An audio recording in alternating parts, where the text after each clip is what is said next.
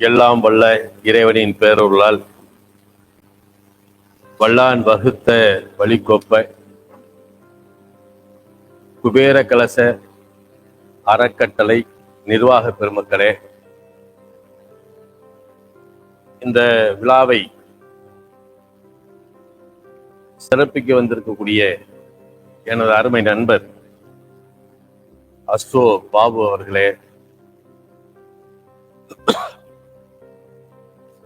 இந்த மேடையை அலங்கரிக்க வந்திருக்கின்ற பேச்சாளர் பெருமக்களே, எனக்கு முன்பாக லாபஸ்தானம் என்கின்ற 11ஆம் பாவத்தை பற்றி பேசி அமர்ந்திருக்கின்ற மணிவேல் அவர்களே, குபேர செல்வம் தரும் ஆகமி கிரகம் என்ற தலைப்பிலே மிக அழகாக பேசி அமர்ந்திருக்கின்ற குமார் அவர்களே, அடுத்து வரும் பேச்சாளர் பெருமக்களே, இந்த சேனலை கண்டுகளித்துக் கொண்டிருக்கக்கூடிய அனைத்து சகோதர சகோதரிகளே, உங்கள் அனைவருக்கும் நான் வணங்கும் வளநாட்டு சித்தர் சாது சோம்பர சுவாமிகளுடைய திருவடிகளை வணங்கி என் வணக்கத்தை தெரிவித்துக் கொள்கிறேன்.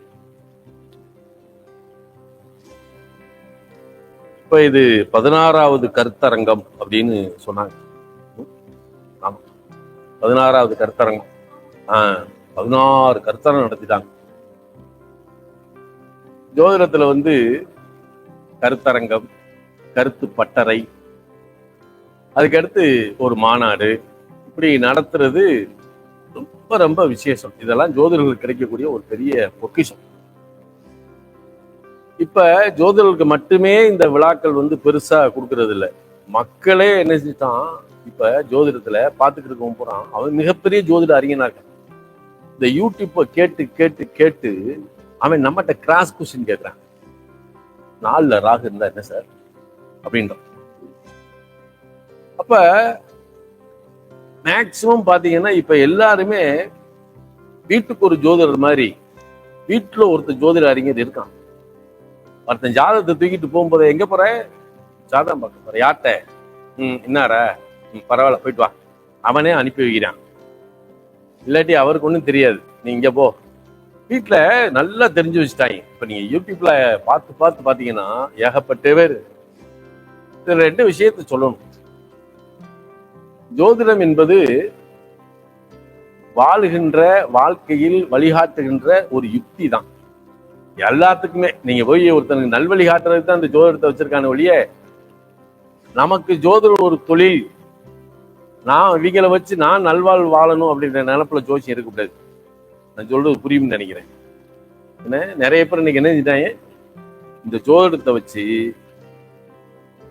ஒரு பொருளாதார அடிப்படையில, நான் சொல்றது பொருளாதார அடிப்படையில இன்னைக்கு நிறைய பேர் என்ன செஞ்சுட்டா, வேலை வெட்டி கிடைக்கல, அதாவது ஜோதிடத்தை படிக்கணும், அதோட அறிவை புரிஞ்சுக்கிட்டு 4 பேர்த்துக்கு உதவி செய்யற மாதிரி இருக்கணும், இல்லாட்டி நல்லது செய்யற மாதிரி இருக்கணும் அப்படின்ற ஒரு ஆராய்ச்சி மனப்பான்மையில வரக்கூடிய ஆட்கள் ரொம்ப கம்மி.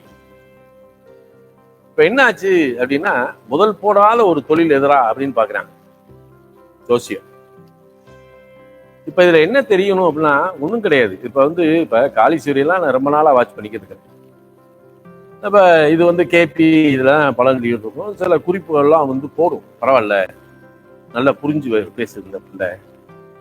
யாரா இருந்தாலும் சரி, ஜோசியத்துல தெளிவான ஒரு கருத்தை சொன்னா எனக்கு ரொம்ப பிடிக்கும். தெளிவான கருத்தா இருக்கும்.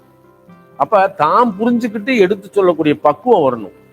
என்ன செய்யறான், 3 மாசம் 3 மாசம் 90 நாள் கூட கிடையாது,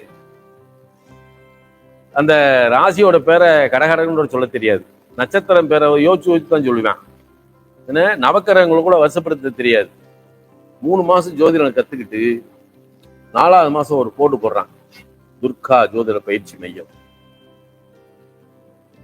ஆரம்பிக்கான். இப்படித்தான் இருக்கான். என்ன, ஆமா, இதெல்லாம் பாத்தீங்கன்னா நமக்கு அதை பார்க்கும்போது நடுங்குது கை. ஆமா, அதாவது சம்பவங்களை நிறைய நீங்க தெரிஞ்சுக்கிடும். 76ல் நான் 80 வரைக்கும் நான் ஒரு நாத்தியவர். எனக்கு கடவுள்லாம் சுத்தமா சாமின்னு கும்பிட்டது. நான் அதுக்காக வந்து சாமி கும்பிட்றவங்களை போய் ஏன்டா சாமி கும்பிடலாம் கேட்டதில்லை. எனக்கும் அது ஒத்து வராது. நாத்தியவாதி, முழு நாத்தியவாதி. ஆனா ஹார்ட் ஒர்க்கர், அதை புரிஞ்சுக்கணும். உழைப்பாளி. நான் நிமிஷ நேரத்தை கூட வேன் பண்ணாம உழைக்கக்கூடியவன். அப்ப என்னுடைய நண்பர் வந்து புனையா அப்பாவுக்கு உடம்பு முடியல, அவர் படுத்த படுக்கையா இருக்காரு, நம்ம போய் இந்த ஜாதகத்தை பார்த்துட்டு வந்துருமே அப்படின்னு சொல்றாரு.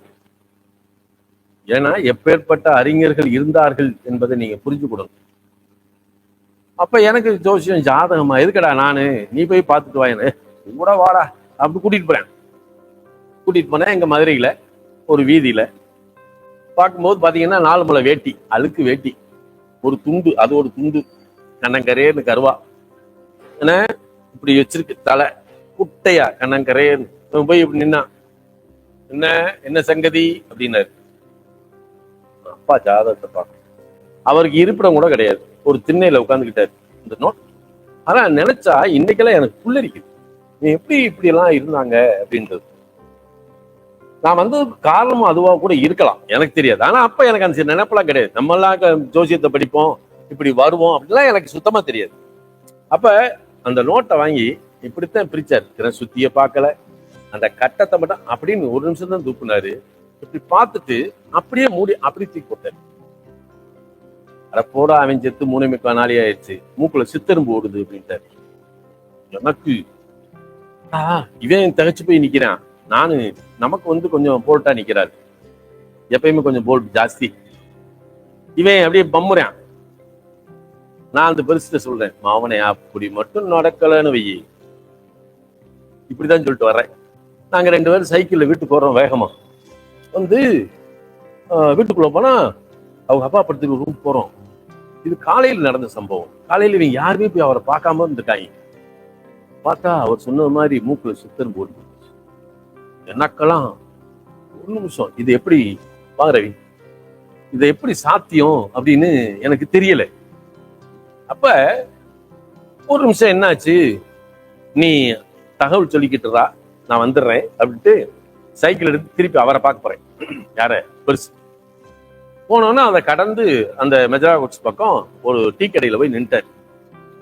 நான் போனோடனே டீ கடை அது இதெல்லாம் பார்க்கல. ஏன்னா பெரியவங்க எவ்வளவு பெரிய ஒரு விஷயத்த வந்து அழகா சொல்லியிருக்காங்கன்னா அவங்க சாதாரண ஆள் கிடையாது. நான் டீ கடையெல்லாம் பார்க்காம சாங்காம விழுந்துட்டேன். விழுந்தா அவரு நான் வந்தது கூட நினைக்கல. என்ன என்ன அப்படின்னாரு. இல்லைங்க நீங்க சொன்னது மாதிரி அங்க. அப்பதான் அவர் சொன்னாரு, கணக்குடா அப்படின்னா. இந்த கணக்குடான்னு சொல்லும் போது அந்த நேரத்துல எனக்கு ஒன்றும் புரியல, தெரியல. கணக்குடான்னு சொல்றது இவர் எதை பத்தி சொல்றாரு எனக்கு தெரியல. ஆனா இந்த ஜோதிடத்துறைக்குள்ள வந்ததுக்கு பின்னாடி எனக்கு இன்னும் ஞாபகம் என்ன வருது, என்ன யோசனை வருதுன்னா, திறந்த உடனேயே அந்த ராசி சக்கரத்தில் இருக்கக்கூடிய கிரகத்தை அவர் பார்த்துருப்பாரு. தசாபத்தி கணக்கு கூட போடல. இப்ப இவர் எந்த கிரகத்தை வச்சு இதை எடுத்தார், கணக்குடான்னு சொன்னார். எந்த கணக்கு போட்டாரு, அப்படியே ஒரு இன்னும் தலை சுத்துது. அப்ப இது ஒரு பக்கம். 80ல தற்செயலா தான் எனக்கு என் கூட நான் திங்கிருக்க இடத்துல இன்னொரு சுவாமிகள் தங்குவார். வந்தா ராஜபாளையத்துல வந்து தங்குவார். நக்கீர பாண்டியன் ஜெய்கால் சுவாமிகள். ரொம்ப ஹைஜீனிக்கா இருப்பார் ஆள். நான் அவரை கிண்டல் பண்றது, உனக்கெல்லாம் இவ்வளவு பெரிய உடம்பு, மவனே ஊரை ஏமாத்தி தின்னுக்கிட்டு இருக்க அப்படி. சோ அவர் அப்படி சிரிப்பார். அவரை கோவப்படுறதெல்லாம் கிடையாது. அப்பேற்பட்ட மனுஷன். நைட்ல உட்காந்து பல விஷயங்களை பத்தி பேசுவோம். அவர் அப்படி இருந்தாலும் தன்மையான மனுஷங்க. பார்த்தா அவர் ரூம்ல இருந்து ஒரு புத்தகம் இருந்தது. நான் தற்செயலா என் ரூம் போகும்போது அவருக்கு டேபிள்ல புத்தகம் இருக்கிறத பார்த்துட்டேன். அது என்ன புத்தகம்னு பாக்குறதுக்கான ஒரு ஐயா அப்படின்னேன். வாங்க அப்படின்னாரு. உள்ள போனா அதுல போய் அதிர்ஷ்ட விஞ்ஞானம் அப்படின்னு ஒரு புத்தகம் இருந்துச்சு. முத எப்ப 80ல. அந்த புத்தகத்துக்கு அதிர்ஷ்ட விஞ்ஞானமா, அதிர்ஷ்டத்துக்கு விஞ்ஞானத்துக்கு என்ன சம்பந்தம்? ஐயா அதை நான் படிச்சுட்டு தட்டுமா அப்படின்னு. நல்லா படிங்க அப்படின்ட்டு. அப்ப அதை படிக்கிறேன். அவர் பண்டிட் சேதராமன் எழுதின புத்தகம்.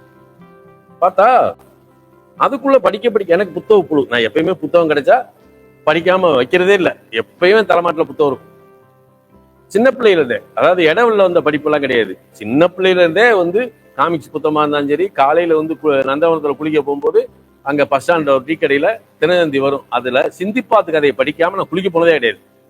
ஏன்னா அந்த காலத்துல சிந்துபாத்து கதை என்ன. அப்ப அந்த புத்தகத்தை படிக்க படிக்க படிக்க படிக்க இது சாத்தியமா சரின்னு நம்ம என்ன பண்ணுவோம், ஏதாவது படிச்சாலும் சரி, ஜாதகம் ஜோசியம் படிச்ச உடனே அவன் யாரு மற்றவங்க ஜாதகத்தை நோண்டு வாங்கி அவன் ஜாதகத்தை போட்டுக்கிட்டு தான் கட்டத்தில் இப்படி இருந்தா என்ன, இதுல என்ன சொல்லியிருக்கான், இதுல என்ன சொல்லி அப்படிதான் பாப்பா. அப்ப என் பேரை தான் போட்டு பாக்குறேன். ஏன் பொண்ணையா 33 அவர் சொல்லி இருக்கிறதெல்லாம் சரியாத்தானே இருக்கு. சரி, இவர் சொன்னது உண்மை. அப்புறம் அதை தரவு பண்றோம். அதுல சந்தேகங்கள் அந்த சாமிகிட்ட கேட்கிறேன், ஐயா இந்த மாதிரி போட்டிருக்கேன், இது சாத்தியமா? உண்மை. அவர் அதை வச்சுதான் நிறைய பேத்துக்கு, ஏன்னா அவர் ஒரு சுவாமிகள் மகான், அவர் என்ன செய்வார், தேடி வர்றவங்களுக்கு குழந்தைகள் பேர் வைக்கிறது செய்யறதெல்லாம் அதுலதான் செட் பண்ணி கொடுத்துருக்காரு. அப்படி வரும்போது அதுல ஆழ்ந்த நிலைக்கு போறேன். எதுல? நியூமராலஜில. அது பண்ணிட்டு அவரு ஐயாவே பார்க்க போறேன், பண்டிட் சேதராமனை சென்னையில போய் பார்க்கணும். பார்த்து அவர்கிட்ட இதை பூரா நம்ம இது பண்ணி செஞ்சு சர்ச் பண்ணிட்டு போகும்போது அவர் அங்க போய் உட்கார்ந்து இருக்கும் போது ஒரு குழந்தைக்கு 24 நம்பர்ல பேர் வைக்கிறார். பிறவி எனக்கும் இது எனக்கும் சம்மந்தமே கிடையாது. எனக்கு அங்க ஒரு கலக்கம் ஆகி போச்சு. என்னடா படிச்சது பூரா வேணும், இவர் எழுதுனது ஒன்னா இருக்கு, இங்க சொல்றது ஒன்னா இருக்கே. அவர்கிட்டே நான் கேட்கிறேன், சாமி ஐயா, அப்பெல்லாம் சாமின்ற வார்த்தை எனக்கு வராது, ஐயா அப்படின்னு சொல்லிட்டு, இது அந்த பிள்ளைக்கு பிறவி என்னோ விதி என்னோ சம்மந்த பிள்ளையை 24 நம்பர்ல வச்சிருக்கீங்களே அப்படின்னு கேட்கிறேன். இல்ல, அந்த பிள்ளை நோய்வாய்ப்பட்டிருக்கா, மாண்டவனை பிழைக்க வைக்கக்கூடிய ஒரே கிரகம் எதுனா சுக்கராச்சாரியார் தான். இப்ப இதை கொடுத்தோம்னா அந்த பிள்ளை தெளிவாயிடும். எப்படி சொல்றாரு, குருவோட வழிகாட்டுதல், அதெல்லாம் நமக்கு தெளிவு கிடைக்கும். அதுக்கப்புறம் பயணங்கள் ஆகுது. அப்ப 83 84 நினைக்கிறேன். ஒருத்தர் டிவிஎஸ்ல ஒர்க் பண்றவர், ஏன்னா ஜோதிடத்துடைய கதையை தெரிஞ்சுக்கிட்டாதான் உங்களுக்கு உங்களுக்கு ஒரு ஈர்ப்பு, அதாவது நமக்கு எப்படி உள்ள வரணும் அப்படின்னு தெரியும். அப்ப அவரு உங்களுக்கு நியூமராலஜி பார்க்க வந்தார். நான் பார்த்துட்டு அது உள்ள, அதாவது எப்படின்னா, அப்ப எப்படி பாக்குறோம் நாங்க, சும்மாலாம் இல்ல, பிறவியன் விதியன் எடுத்து வச்சுக்கிட்டு பேர், இப்ப விஜயகுமார் அப்படின்னு பேர் போட்டோம்னா இந்த ஸ்ட்ரோக்கை நாங்க என்ன செய்வோம், ஃபுல் ஸ்ட்ரோக்கையும் 70 வருஷத்துக்கு கொடுத்துருவோம். கொடுத்துட்டு 70 வருஷத்துல ஒவ்வொரு கிரகமும் எந்தெந்த வயசுல இது நம்ம ஆளக்கூடிய அந்த வவ்வல் எது அப்படின்றத எடுத்துருவோம். அந்த வவ்வலுக்கு தகுந்தாப்புல அதை கொண்டு போவோம். அப்ப அப்படி வரும்போது விஜயகுமார் அப்படின்னு சொன்னோன்னே, இப்ப பேருக்கே அழகா எந்தெந்த வயசுல என்னென்ன சம்பவம் நடக்கும்னு எடுப்போம். இதுல நியூமராலஜில. ஆனா ராசி கட்டம் தெரியாது. அப்படி வரும்போது அவரு என்ன சொல்றாரு, உங்களுக்கு ஜோசியம் தெரியுமான்னு கேட்டாரு. தெரியாது. இவ்வளவுதான் பேசுறீங்க, கிரகங்களை பூரா நல்லா தரங்க பேசுறீங்க அப்படின்னாரு. தெரியாது சார். சரி, உங்களுக்கு படிக்கணும்னு ஆசை இருக்கா? இருக்கு. உங்களுக்கு தெரியுமான்னு கேட்டேன். தெரியும்.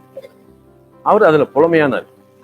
அவர் தான் அறிவோம்னு சொல்லி எனக்கு என்ன செய்யறாரு, இத தொட்டு காட்டுறாரு. நமக்கு தான் லேசா தொட்டு காட்டினா போதுமே, நம்ம அதோட எல்லையை போய் தொட்டே ஆகணும், வேற வழியே இல்லை. இதுக்கு இடையில என்னென்ன நடக்கு, 82ல அவர் நக்கீரபாண்டியன் சேக்குவால் சுவாமிகள் சஞ்சீவமலையில வச்சு அவர் கூடயே நான் பயணப்படுறதுனால அவனுக்கு மந்திரோபதேசம் கொடுத்துறாங்க. 84ல அந்த மந்திரத்தை நான் சித்தி பண்ணி இருக்கிறேன். கிருக்கை மாதிரி இருப்பேன் அந்த நேரத்துல எல்லாம். என்ன இப்படி ஒரு தலை, ஒரு காய் வேஷ்டி, காவி தூண்டு, அது என்னமோ மாதிரி இருக்கணும் வைங்களேன். அப்ப அவரு எனக்கு அறிவோன்னு சொல்லி கொடுத்ததுதான். அப்புறம் மதுரைக்குள்ள எந்தெந்த புத்தக கடையில ஜோதிடம் சார்ந்த புத்தகங்கள் பூரா இருக்குன்னா சரி, அது முதல்ல நம்ம டேபிளுக்கு வந்துடும். படிக்கும், ரவ்வும் பகலும் படிக்கணும். ரவ்வும் பகலுமா வாழ்க்கையே அதுதான். அந்த 24 மணி நேரமும் கதியே அதுன்னு கிடந்தது. அப்ப பாரம்பரியத்தில் இருக்கக்கூடிய பல உண்மைகள், பல ஆராய்ச்சியாளர்கள் கொடுத்த கட்டுரைகள், பல ஆராய்ச்சியாளர்கள் எழுதின நூல், இதெல்லாம் படிச்சுட்டு வரும்போது சந்தேகத்துக்கு இல்லாம சந்தேகம் வரத்தான் செய்யும். அவங்க சொன்ன ஓமையிலேயே அப்படியே நடக்காது. நீங்க கிரந்தத்தில் இருக்க இதை பாத்தீங்கன்னா அப்படியே அதுல இருக்காது. அது உங்க அறிவுக்கு எடுத்துக்கிடும். அதை நீங்க ஆராய்ச்சி செஞ்சு பார்க்கணும். நம்ம ஜோதிடத்துக்குள்ள வர்றவங்களை பூரா எந்த நூல் சார் நான் படிக்கலாம் அப்படின்னா, ஜாதக அலங்காரத்தை படிங்க. அது கிரணையா எழுதின புத்தகமா இருந்தா அது ஒண்ணு போதும், உங்களுக்கு பைபிள் மாதிரி தலையமாட்டில் வச்சுக்கலாம். சரியா? இன்னொரு புத்தகம் இருக்கு, அந்த அறிவை நீ வாங்கிக்கிட்டேன்னா அதுக்கப்புறம் தெளிவுபடணும்னா KSK எழுதின பிரஸ்ன ஜோதிடம்னு ஒரு புத்தகம் இருக்கு. இந்த 2 புத்தகம் போகும், வேற எதுவுமே நமக்கு தேவையில்லை. இந்த 2 புத்தகத்தை நம்ம என்ன செய்யலாம், வாசிச்சுக்கிட்டே இருக்கணும். நீங்க வாசிச்சுக்கிட்டே இருக்கும்போது பாத்தீங்கன்னா உங்க கற்பனை என்ன செய்யும், அப்படியே மேல போகும். அவன் தான் ஜோசியன், ஒரு புத்தகத்தை படிச்சுக்க இருக்கும்போது ஒரு செய்தியை சொல்றாங்கன்னா அதை நம்ம அறிவு கொண்டு போகும்போது இவன் அறிவு இப்படி இந்த பக்கம் போகணும், போய் அதை யோசிக்கணும். அப்படின்னா அவன் சிறந்த ஜோதிடனா வெளியே வந்துருவான். ஆராய்ச்சி அவனுக்கு வரும், சிந்திக்கக்கூடிய ஆற்றல் வரும். சிந்தனை அப்படின்றதுதான் அறிவு. அப்ப இப்படியெல்லாம் அதை பார்த்துட்டு வரும்போதுதான் அடுத்து கேபியை தொடுறோம். என் நண்பர் மூலமா தான் நான் கேபி எடுத்தேன். கேபியை முழுக்க நல்லா ஆழமா போய் கத்துக்கிட்டு கேபியும் பாரம்பரியத்தையும் ஒண்ணு சேர்க்கிறேன். சேர்த்ததுக்கு முன்னாடி 90ல தான் ப்ரொஃபஷனல் அஸ்ட்ராலஜர் அப்படின்ற ஒரு கோடே நம்ம வைக்கிறோம். எப்படி? எத்தனை வருஷம் மொத்தம்? 10 ஆண்டுகள். நான் எதுக்கு சொன்னேன்னா 3 மாசம் கத்துக்கிட்டு 4வது மாசம் ஆசிரியர்னு போடுறான். இது எப்படி சாத்தியம்? நீ என்ன உணர்வ? ஆமா, அதுலயும் இப்ப பாத்தீங்கன்னா அந்த காலத்துல எங்க கேசிஐக்கு மட்டும்தான் ஜோதிட மார்த்தான், ஜோதிட மார்த்தான்னு அவர் ஒருத்தருக்கு தான் அந்த பட்டமே இருக்கும். ஜோதிட சக்கரவர்த்தின்னு கூட போட மாட்டான், ஜோதிட மார்த்தான் அப்படின்னு இருக்கும். KS கிருஷ்ணமூர்த்தி. அதை போடும்போது கூட நாங்க அதை தொட்டு கும்பிட்டுக்குவோம் அவரை. இன்னைக்கு ஜோதிட கலை மாமணி. இப்ப அவன் என்ன செஞ்சுட்டான், அவனை குருஜின்னு கூப்பிடணும்னு சொல்லி குருஜி ராமநாதன் குருஜி அப்படின்னு போட்டுக்கிட்டாங்க. எந்த குருஜியை போய் பாக்குறது? எல்லாருமே குருஜின்னா எவன் தாண்டா வந்து சிஷியன்? இதெல்லாம் பேருக்கு பின்னாடி பட்ட பேர் வச்சு. நான் சொல்றேன், ஒரு நல்ல குருநாதர் பக்கத்துல இருந்து ஆன்மீகத்தை தழுவி இந்த ஜோதிடத்தை நல்லா தழுவி ஒருத்தனுக்குள்ள வர்றான்னா சரி, ஒரு மாணவர்களை உருவாக்கினா அவன் குரு தான். நம்ம அதை ஏத்துக்கணும்ல, இல்லையா? இப்ப படிச்ச உடனே அவன் பேருக்கு முன்னாடி குருஜி நிறைய போட்டாங்க. இதை விட இன்னொரு கூத்துனாரு. எப்படின்னா, நிறைய பேர் இப்ப உங்களை மாதிரி கருத்தரங்கு நடத்துறீங்க. நீங்க ஒரு காலத்துல நீங்க ஆய்வு பண்றீங்க, இந்த அறக்கட்டளையில இவ்வளவு மெம்பர்ஸ் இருக்கிறீங்க, நீங்க என்ன செய்றீங்க, சில மாணவர்களை உருவாக்கணும்னு சொல்லி நீங்க ஒரு இன்ஸ்டிடியூஷன், ஒரு டியூஷன் சென்டர் நீங்க ஆரம்பிக்கலாம். அஸ்ட்ராலஜில ஆரம்பிச்சு ஒரு மாணவர்களை உருவாக்குறீங்க. உங்ககிட்ட இருந்து பாஸ் பண்ணி போகும்போது அவனுக்கு இவன் வந்து இளநிலை படிச்சிருக்கான், முதுநிலை படிச்சிருக்கான் அப்படின்றத ஒரு சர்டிபிகேட் கொடுக்கலாம், இல்லையா? கொடுக்கலாம். ஏன்னா உங்க இதுல இருந்து நீங்க சர்டிபிகேட் கொடுக்கலாம். அப்ப கொடுக்கறதுக்கு உங்களுக்கு ரைட்ஸ் இருக்கு, வாங்குறதுக்கு அவனுக்கு ரைட்ஸ் இருக்கு. அப்ப இந்த இடத்துல ஒண்ணுமே இல்லாம இப்ப நிறைய பேர் என்ன செய்றாங்க, படித்த மாணவர்களுக்கு நல்ல சர்டிபிகேட் கொடுக்குறாங்க. இதுல எப்ப ஒரு காலகட்டத்துல காமராஜ் யூனிவர்சிட்டியில டிப்ளமோ அஸ்ட்ராலஜின்ற இது வர்றதுக்கு முன்னாடியே நம்ம இன்ஸ்டிடியூட் வச்சிருந்தவங்க, நம்ம மாணவர்களை உருவாக்கிட்டு இருந்தோம். அப்பெல்லாம் நம்மகிட்ட தான் மாணவர்கள் வந்து அவ்வளவு பேர் படிச்சுட்டு போனாங்க. அதுக்கப்புறம் டிப்ளமோ அஸ்ட்ராலஜி, அப்புறம் அதை எடுத்தாங்க. அதுக்கப்புறம் இன்னைக்கு BA, MA, PhD எல்லாம் இருக்கு. நல்லா அழகா கொண்டு வந்துட்டாங்க. இதெல்லாம் பயன்படுத்தணும். படிக்க வரக்கூடிய மாணவர்கள் என்ன செய்யணும், அதுல போய் படிச்சு ஒரு PhD வாங்கினா அது ஒரு அறிவு, நல்ல ஒரு தெளிவு வரும். படிக்க படிக்கத்தான் தெளிவு வரும், பழக பழகத்தான் பாலும் புளிக்குன்றான். அப்ப இத அவ்வளவு நம்ம நேசத்தோட இன்னும் உள்ளுணர்வோட எடுத்து கொண்டு போகும்போது நவக்கிரகமே இப்ப நான் என்ன சொல்றேன்னா, இப்ப நான் ஒரு பெரிய அறிஞர், பாபு பேரறிஞர் அப்படின்னு நம்ம பேசிக்கிட்டு இருக்கோம். குமார் இருக்காப்புல, பாலா இருக்காரு, எல்லாம் காளீஸ்வரி இருக்கு அப்படின்னா, இப்ப இது என்னைக்கு நம்ம வந்து 8 வருஷம் தானே ஆச்சு, ஐயா 42 வருஷமா அந்த ஃபீல்டு இருக்காரு அப்படின்னு நீங்க நினைக்கலாம், இல்லையா? இப்ப எல்லாருமே ஒரு வருஷத்துல உணர்வோட அந்த ஜோசியத்தை வந்து ஒரு வருஷம் நல்ல உணர்வோட அந்த ஜோசியத்தை அவன் எடுத்து பழகுறான், உணர்வோட பழகுறான், அதை ஈடுபாடோட செய்யறான். இப்ப அவன்கிட்ட ஒரு ஜாதகம் வருது, அவன் இந்த ஜாதகத்தை பாக்குறான். பார்த்த உடனே அவன் பேசுறானா கிடையாது, நாம பேசுறமானவன கிடையாது. அவனுடைய விதியினுடைய நிலை வந்து இவன் வாயினால் அவனுக்கு வழிகாட்டணும்னு விதி. அப்ப நவக்கிரகம் தான் அங்க பேசுமே ஒழிய நாம பேசவே கிடையாது. முதல்ல தெரிஞ்சுக்கணும். 42 வருஷம் நான் ஆய்வு பண்ணியிருந்தா கூட, ஏன்னா காலபுருஷ தத்துவத்தை வந்து நான் கரைச்சு குடிச்சிருந்தா கூட, அதோட அறிவை வந்து நான் மேம்படுத்திக்கிட்டே இருந்தா கூட, எத்தாப்புல வந்தவனுடைய ஜாதகத்தை பார்க்கும்போது அவனுக்கு ஓடக்கூடிய தசாபுத்தி, அன்னைக்கு ஓடக்கூடிய கிரகம் உங்களோட சம்பந்தப்பட்டு அவனுக்கு எப்படி உங்க வாயிலிருந்து நல்வார்த்தை வருது அப்படின்றது நவக்கிரகம் தீர்மானிக்குது. நம்ம இங்க இது தீர்மானிக்கல. முதல்ல அதை நம்ம புரிஞ்சுக்கணும். ஏன்னா நம்ம நினைக்கிறோம், இவர் பெரிய கிராமத்துல 87ல நான் வந்து அழகப்பனர்ல இருக்கும்போது எதிர்த்த வீட்டுல வந்து ஒரு எலக்ட்ரிஷியனை என்னை பார்க்க வர்றாரு. ஜாதகத்தை இருந்துச்சு. அப்ப அந்த ஜாதகத்தை பிரிச்சு பார்க்கும்போது ஒரு ஐயங்கார் சாப்டூர் ஐயங்கார் எழுதியிருக்கார். இவன் 7 வயதில் சிகப்பு வெள்ளை கலந்த பசு கட்டியிருக்கும்.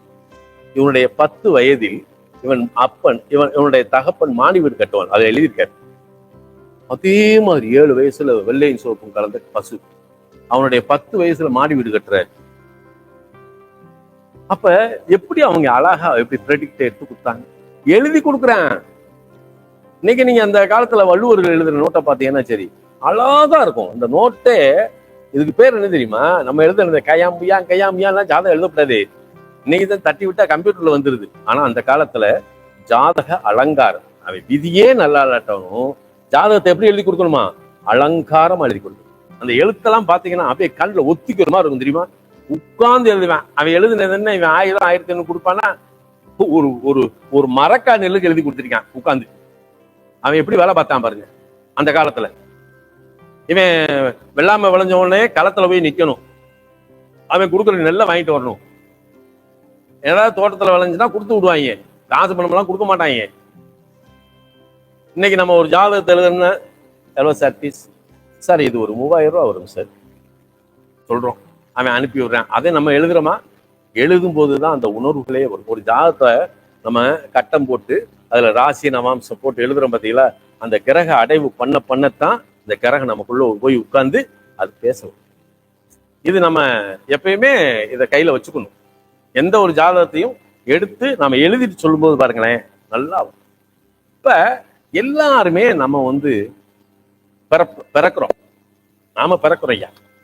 பிறந்தவன் அத்தனை பேரும் இப்ப இனிய மாதிரி முகத்துல இருக்காரு பாபுயா, பாலா அப்படி இருக்காரு, குமார் இப்படி இருக்கான், இவர் இனிய மாதிரி இருக்காரா? இல்ல. ஆனா உலகத்தில் எப்படி பிறப்ப சொல்றான்? 4 வகை பிறப்பு, 7 வகை தோற்றம், 84 லட்சம் யோனி பேதம் இருக்கு. 84 லட்சம். அப்ப ஒவ்வொன்றுக்கும் ஒரு வித்தியாசம் இருக்குன்றேன் இல்லையா? அப்ப ஒவ்வொருக்கும் வித்தியாசம்னா என்னுடைய முகம் ஒரு மாதிரியா இருக்கு, தேகம் ஒரு மாதிரியா இருக்கு, செயல் ஒரு மாதிரியா இருக்கு, சிந்தனை ஒரு மாதிரியா இருக்கு.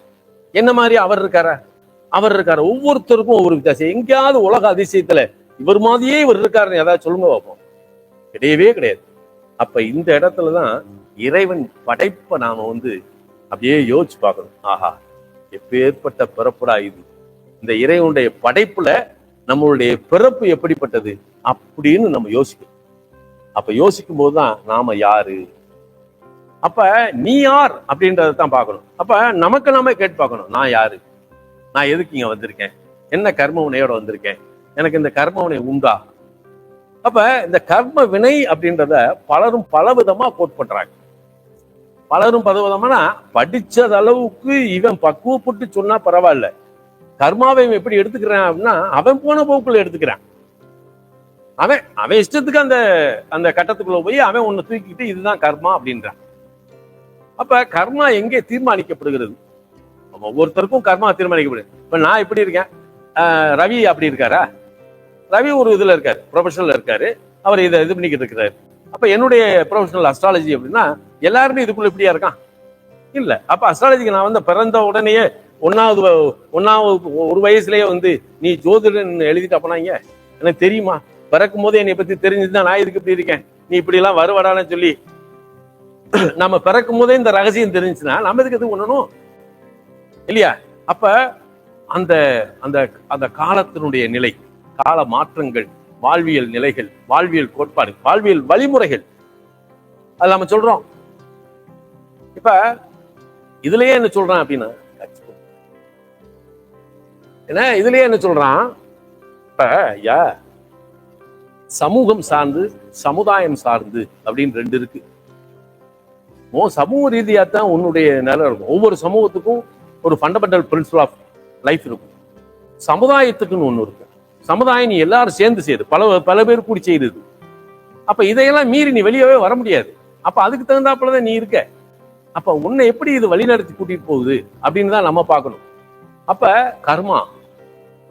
இப்ப நான் இந்த காலபுருஷ தத்துவத்தை பத்தி இந்த காலபுருஷ தத்துவம் நான் கொடுத்த நூல்ல எல்லாம் பாத்தீங்கன்னா சரி வெறும் கட்டத்துக்கு தான் பலன்.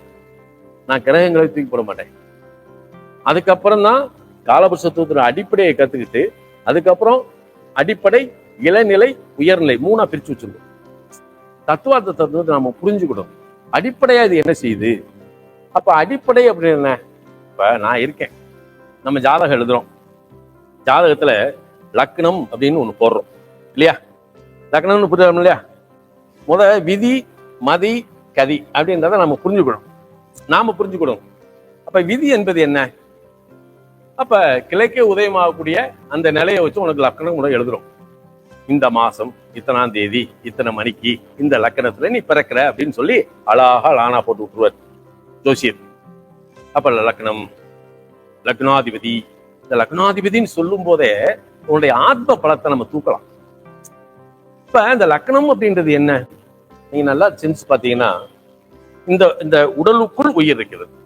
உயிருக்கு காரகனோ சூரியன், உடலுக்கு காரகனோ சந்திரன். இது உண்மைதானே? அப்ப இந்த சூரியனும் சந்திரனும் இணைந்ததுதான் லக்னம். எடுத்துக்கலாமா? அப்ப இந்த சூரியன் யார், இந்த சந்திரன் யார்? இந்த சூரியன்ல அப்பா இருக்காரு, இந்த சந்திரன்ல அம்மா இருக்காங்க. இந்த சூரியனும் சந்திரனும் இணைந்தது. சரி, இந்த லக்னம் இதுதான், இந்த ஆன்மா இதுதான். இந்த தோற்றத்தினுடைய நிலைய நீங்க உத்து பாத்தீங்கன்னா, கிட்டத்தட்ட 10 மாதங்கள் சுமந்து பெற்றெடுத்த தாய், நம்ம 10 மாதம்னு சொல்றோம், மொத்தம் 272 நாட்கள் தான் என்ன. அப்ப 10 மாசம் சுமந்தெடுத்த தாய் அப்படின்னு சொல்றாங்க.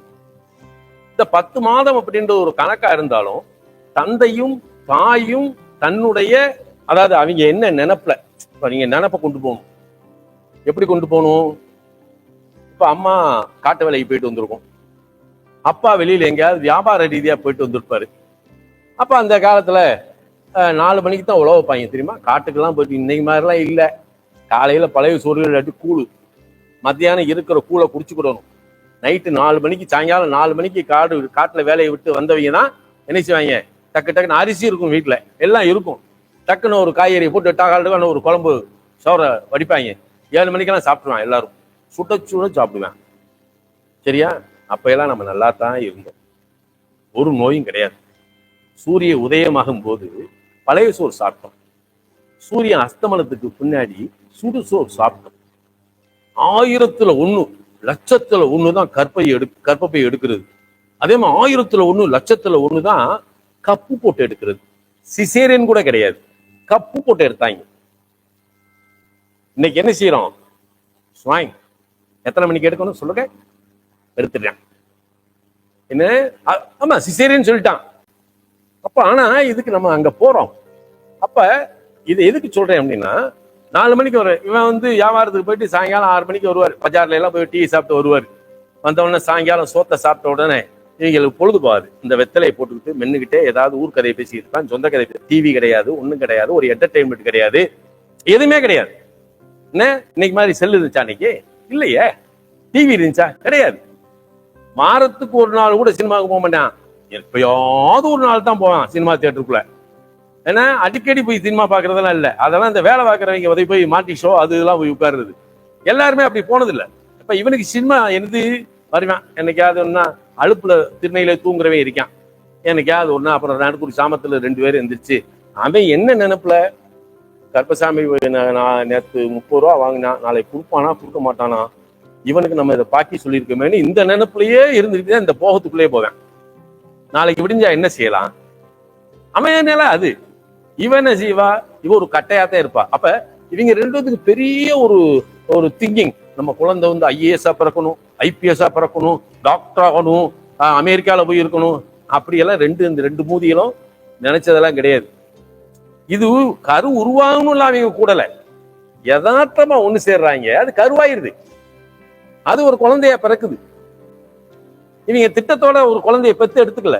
ஆனா இவங்க அந்த இணைந்த நேரத்தினுடைய நிலைப்பாடு, சூரியன் சந்தம் தாயும் தகப்பனும் இணைந்த அந்த நிலை கருசூழ்வதற்கு காரணமா இந்த 2 பேரும் அவன் சேர்ந்த நிலையும் இது சேர்ந்து நம்ம பெறக்கூடிய லக்கணத்துக்கும் ஒரு தொடர்பு. என்ன சும்மா உருவாகுதா கரு? ஏன்னா அது விளையாட்டா? அவன் விளையாட்டு போக்குல அவன் இணைஞ்சிட்டு போயிட்டான். ஆனா கிழக்கே உதயமாகக்கூடிய அந்த லக்னம்ன்ற ஒரு அணுவிலும் அணுவான புள்ளி இருக்கு பாருங்க, அந்த புள்ளிக்குள்ளதான் விதியின் சூட்சுமம் பூராமே இருக்கு. விதியின் சூட்சுமம் எங்க இருக்கு? அதுக்குள்ள இருக்கு. அப்ப அணுவிலும் அணுவான புள்ளி. அப்ப அதுக்கு எவ்வளவு ஒரு திமிர் பாருங்களேன். நான்லாம் யார் தெரியுமா, நாங்கள்லாம் யார் தெரியுமா, ஆனா அந்த அணுவிலும் அணுவான புள்ளியில இறைவன் என்ன வைக்கிறான்? இறைவன் சொல்றான், இப்ப இதுக்கு என்ன தகுதி இருக்குன்னு நம்ம தீர்மானிக்கணும்ல. ஜோசியத்துல நம்ம ஆளுக பிரிச்சு கொடுத்தான். 12 பாவத்துக்குள்ள எல்லாம் பல கோடி தத்துவம் இருக்குடா. பல கோடி தத்துவத்தை உள்ளடக்கியது தான் 12 பாவம். நீ பிறக்கக்கூடிய அந்த லக்கணம்ன்ற அணுவான அந்த புள்ளிக்குள்ள இருந்து, அந்த புள்ளியில இருந்து தொடங்கி இந்த 12 பாவத்தை நீ எப்படி தொட போற? இந்த 12 பாவமும் உனக்கு கட்டுப்படுதா, அல்லது இந்த 12 பாவத்துக்குள்ள நீ கட்டுப்பட்டு போறியா? இந்த ஜோசியம் எதை பாக்குறோம்? நீ யாரை சார்ந்து இருக்கிறாய்? உன்னை யார் சார்ந்து இருக்கிறார்கள்? இதான் ஜோசியம். நீ யாரை சார்ந்து இருக்கிறாய்? நம்ம இப்ப பிறந்த உடனேயே தனித்துவமா 2 வயசுலயே, ஹலோ மிஸ்டர் பழனியம்மாள், நீ நாங்க சம்பாதிக்கிறதுக்கு தைரியமோ அப்படின்னு வெளியே போயிருக்கோமா? நீ என்னை சார்ந்து இருக்க சொல்லுவோமா? 4 சாத்து சாத்தி படிக்க வச்சு ஆளாக்கி கல்யாணம்னு முடிச்சதுக்கு பின்னாடிதான், உன்னை சார்ந்து ஒரு பெண் வந்ததுக்கு பின்னாடிதான் உன்னை பெரிய மனுஷன் அங்கீகரிக்கிறாங்க. தெரியுமா உங்களுக்கு?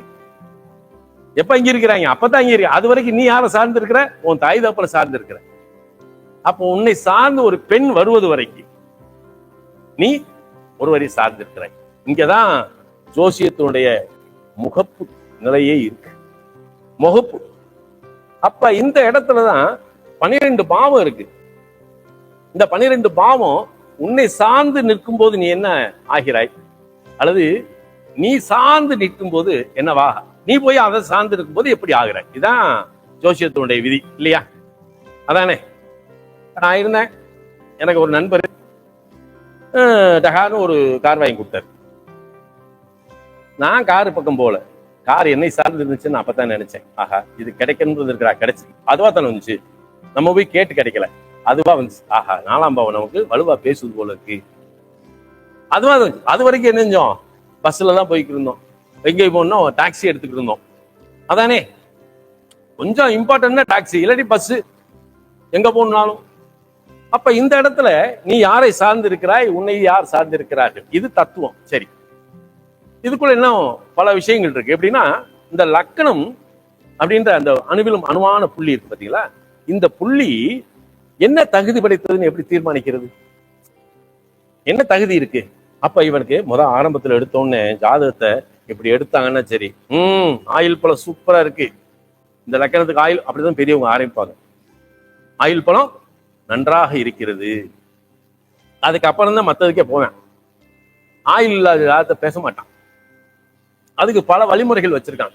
அப்ப அவன் பாக்குறதே லக்கணத்தை தான் பாக்குறான். இந்த லக்கணத்தை பார்த்து அவன் ஏன் அட்டமஸ்தானத்தோட தொடர்பு கொடுத்தினான் இல்லையா? அவன் லக்கணத்தை பாக்குறான். லக்கணத்தை பார்த்தவொன்னே என்ன செய்யறான்? ஆயுள் பழம்னு எடுக்கிறான். இப்ப லக்கணத்தில் ஆயுள் பழத்தை எடுத்தானா, இல்ல அட்டமஸ்தானத்தோடு சேர்த்து அவன் ஆயுள் பழத்தை பார்த்தானா? எப்படி பாக்குறது? அப்ப லக்னம் அப்படின்னு லக்னாதிபதி நின்ற நிலையை வச்சு ஆயுள் பழத்தை எடுத்துட்டானா, இல்ல அட்டமாதிபதிக்கு? அப்ப அட்டமாதிபதி அவன் போயிட மாட்டான். லக்னாதிபதி நின்ற நிலையை வச்சே என்ன செய்யறான்? ஆயுள் பழம் தீர்க்கம் அப்படின்னு அடிக்கிறான். அப்ப லக்னம் நீண்ட ஆயுள் வாழ தகுதியானது பிரிச்சுறேன். சரி, அதுக்கடுத்து நாம எப்படி இந்த மலரை, இந்த கதம்பத்தை எப்படி தொடுக்கணும்? இவன் பொருள் தேட தகுதியானவனா, இவனுடைய முயற்சி, தைரியத்தை, அதாவது தைரிய ஸ்தானம் இல்லையா 3ஆம் இடம். அப்ப தைரியமா ஒரு காரியத்தை செய்யறதுக்கு அறிவு, 3ஆம் இடம் அறிவு. சரி, அறிவு புத்தி இருக்கா அப்படின்னு பார்க்கலாம். சரி, இவன் சொந்த வீடு வாசல் கட்டுவானா, குழந்தை பெற தகுதியானவனா, உழைக்க தகுதியானவனா, திருமணம் செய்ய தகுதியான, தகுதின்றது இங்க பிரிக்கணும். நீங்க பல இடத்துல பார்க்கலாம், எத்தனையோ ஜாதகங்கள் கல்யாணம் இல்லை, 38 வயசு 42 வயசு போய்கிட்டு இருக்கு. என்னன்னு கேட்டா கல்யாணம் ஆகல. சரி, அவன் ஆரம்பத்திலேயே 15 வயசு 20 வயசுல பார்க்கும் போதே, எப்பா இது கல்யாணம் இல்லடா, இது ஃபர்ஸ்ட் மேரேஜ் இல்ல, நீங்க செகண்ட் மேரேஜ் ஆகணும் பாருங்கடான்னு சொன்னா இவன் அருவாளை தூக்கிடுவான். அதுக்காகத்தான் ஜோசி அவனு சொல்றது இல்லை. நல்லா தெரியுதா? எங்க ஆபீஸ் எல்லாம் அப்படி இல்லை. 22 வயசு 23 வயசுல இருந்தா ஜாதகம், இது கல்யாணமே இல்லையா, 2வது கல்யாணம் வேணா பண்ணிக்கலாம், அப்படி வேணா பண்ணி வை அப்படின்னு சொன்னோம்னா சரி, நம்மகிட்ட அப்படின்னு எந்திரிச்சாங்கன்னா, சரி மவனே, உன்னால ஒரு பிள்ளை சாகணும்ன்றது அதை நான் வரவேற்க மாட்டேன். உன் சந்தோஷத்துக்காக, உன் கௌரவத்துக்காக ஒரு பிள்ளையோட வாழ்க்கையை நீ பாழாக்கிறாரு. ஒரே வார்த்தை அடிச்சுதான் சொல்றது. பயமெல்லாம் நம்மகிட்ட எல்லாம் சுத்தமா கிடையாது. இந்த இழிக்கிறது, பல்லளிக்கிறது, அந்த வேலையெல்லாம் நம்மகிட்ட கிடையவே கிடையாது. அதான் நடப்பாங்க எங்க ஆபீஸ்ல. ஏன்னா அடி வாங்குறதுக்குன்னே வருவாங்க. சரியா? நீ யாரையாவது செய்ய முடியுமா? அதெல்லாம் நம்ம பார்க்கணும். அப்ப திருமணம் செய்ய தகுதியானவனா, நீண்ட ஆயுள் உடையவனா, நல்ல பாக்கியம் பெறக்கூடியவனா, அப்ப 10 குறையும் கர்மஸ்தானம், உத்தியோக ரீதியாக தொழில் ரீதியாக தகுதியானவனா, நல்ல லாப நிர்ணயம், நல்ல நட்பு, நல்ல லாபத்தை அடைத்தவனா. அதை விட என்னன்னா அயனசயன போகம் 12ஆம் இடம். நம்ம சொல்றோம் விரயம் விரயம்ன்றேன். பல பேருக்கு குழந்தை இல்லை. இவன் குழந்தை இல்லைன்னு இப்ப நம்மள்கிட்ட போனோம்னா என்ன செய்வாரு, யார்கிட்ட உமாட்ட போனோம்னா நீ ஆகமி கிரகத்தை நம்ம பார்க்கணும் அப்படின்னு இவர் சொல்லுவார்.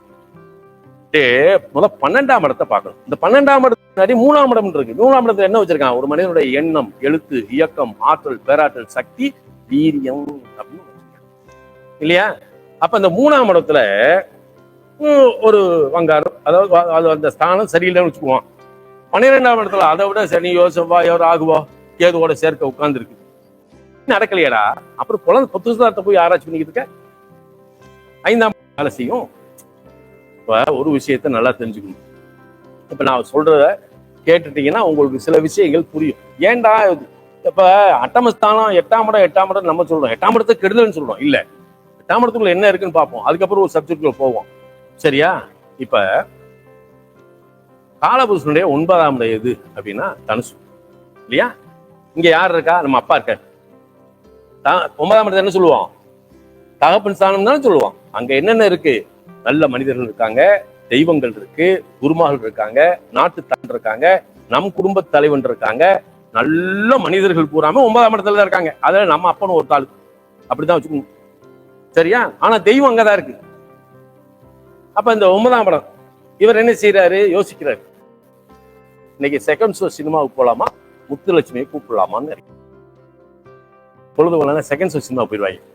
ஏன்னா வீட்டுல தான் ரொம்ப அப்படிதான் சில பேர் இப்ப சொல்றாங்க, இல்ல உன்னைய பத்ததுக்கு உங்க அப்பா செகண்ட் ஷோ சினிமா கூட போயிருக்கலாம்டா. கிண்டல் பண்றானா இல்லையா?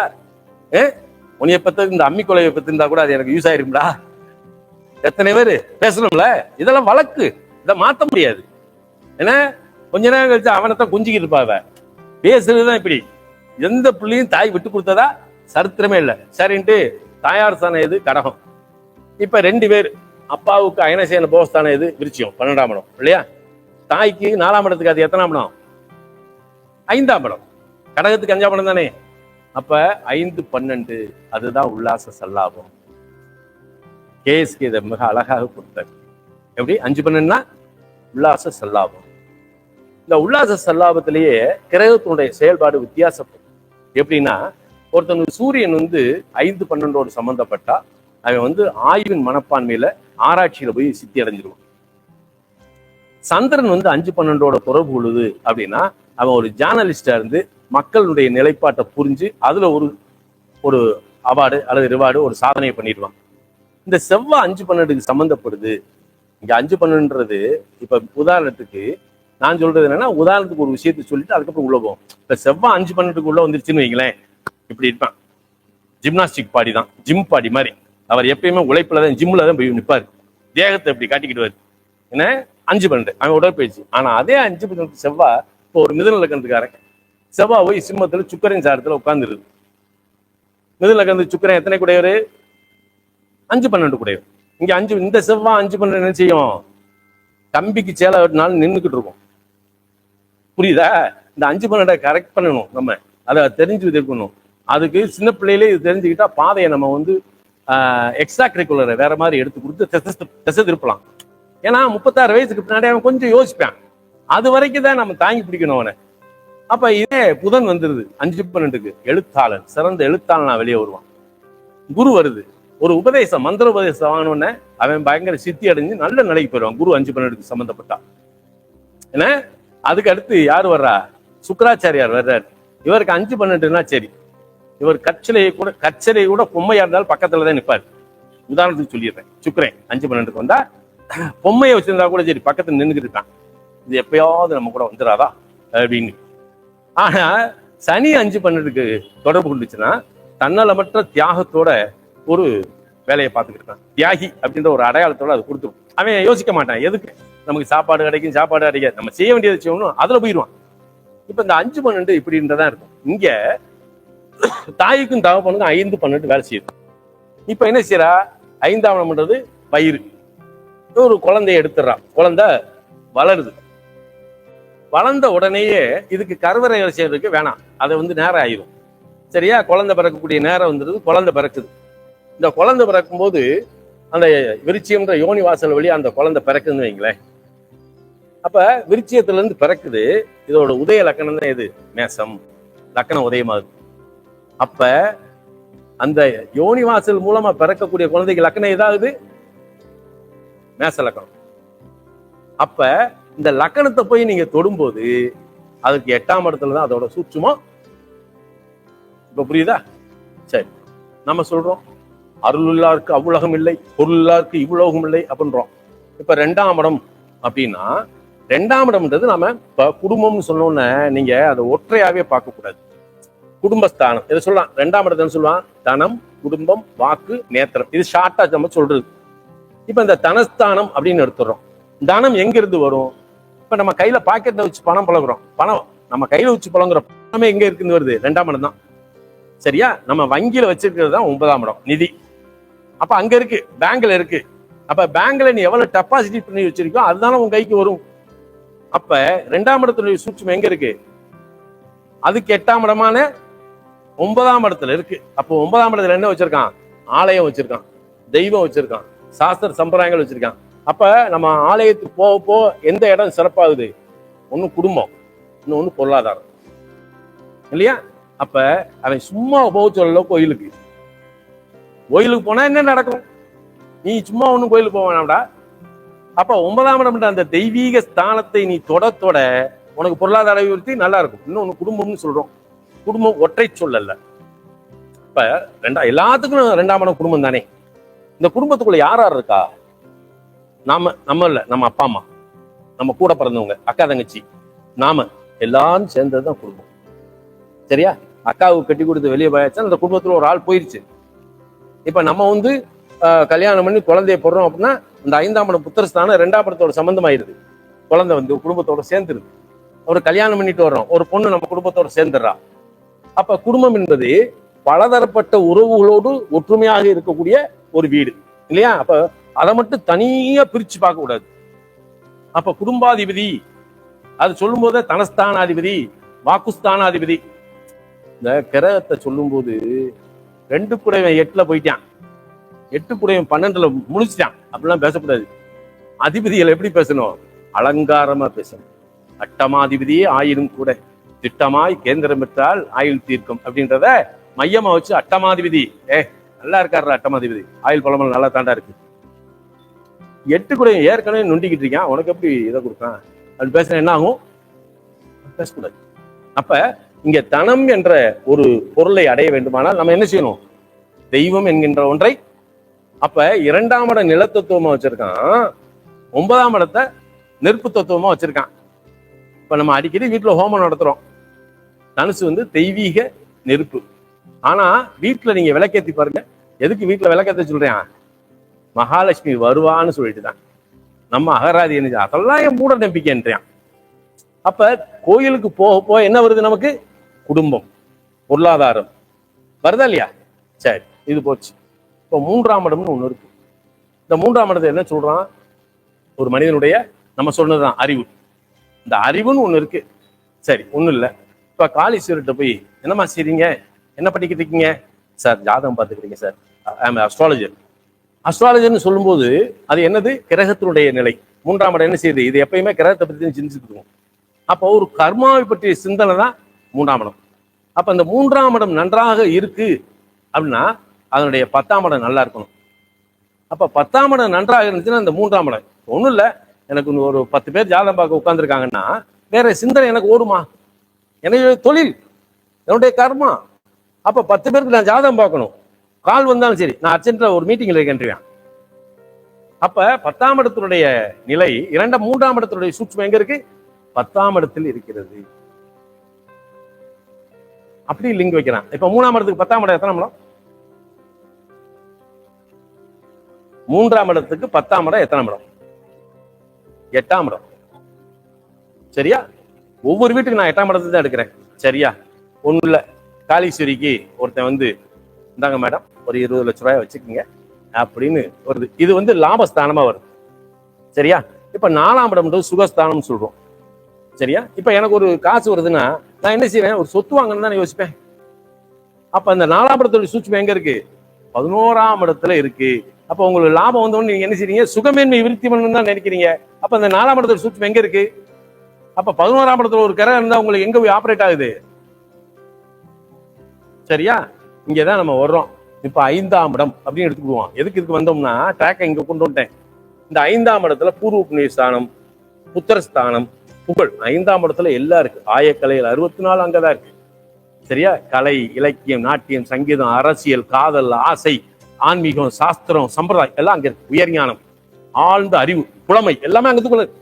நம்ம ஆசை அங்கதான் இருக்கு, காதல் அங்கதான் இருக்கு, 5ஆம் இடத்துல இருக்கு. ஆனா அங்கதான் என்ன வச்சிருக்கேன்?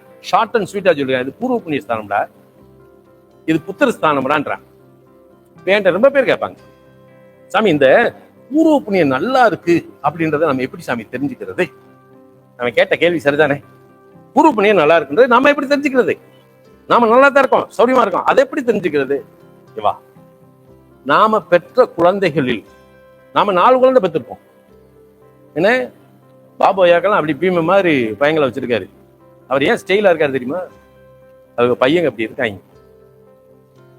அதான் உண்மை. அப்ப தான் பெற்ற குழந்தைகளில் ஏதேனும் ஒன்று நமக்கு நல்ல மரியாதை மதிப்பை கொடுத்ததென்றால் நமக்கு பூர்வ புண்ணியம் நல்லா இருக்குன்னு அர்த்தம் இல்லையா? நம்ம பெற்ற குழந்தையில ஏதாவது ஒண்ணு நமக்கு புகழ் கொடுக்குது, இன்னாரு அப்பா அப்படின்ற ஒரு வந்துச்சுன்னா நம்ம பூர்வ புண்ணியம் நல்லா இருக்கு. அதான் ரெண்டையும் சேர்த்து வச்சான். சரியா? ஆனா இந்த புத்திரஸ்தானம் குழந்தை பிறக்கணுமியா?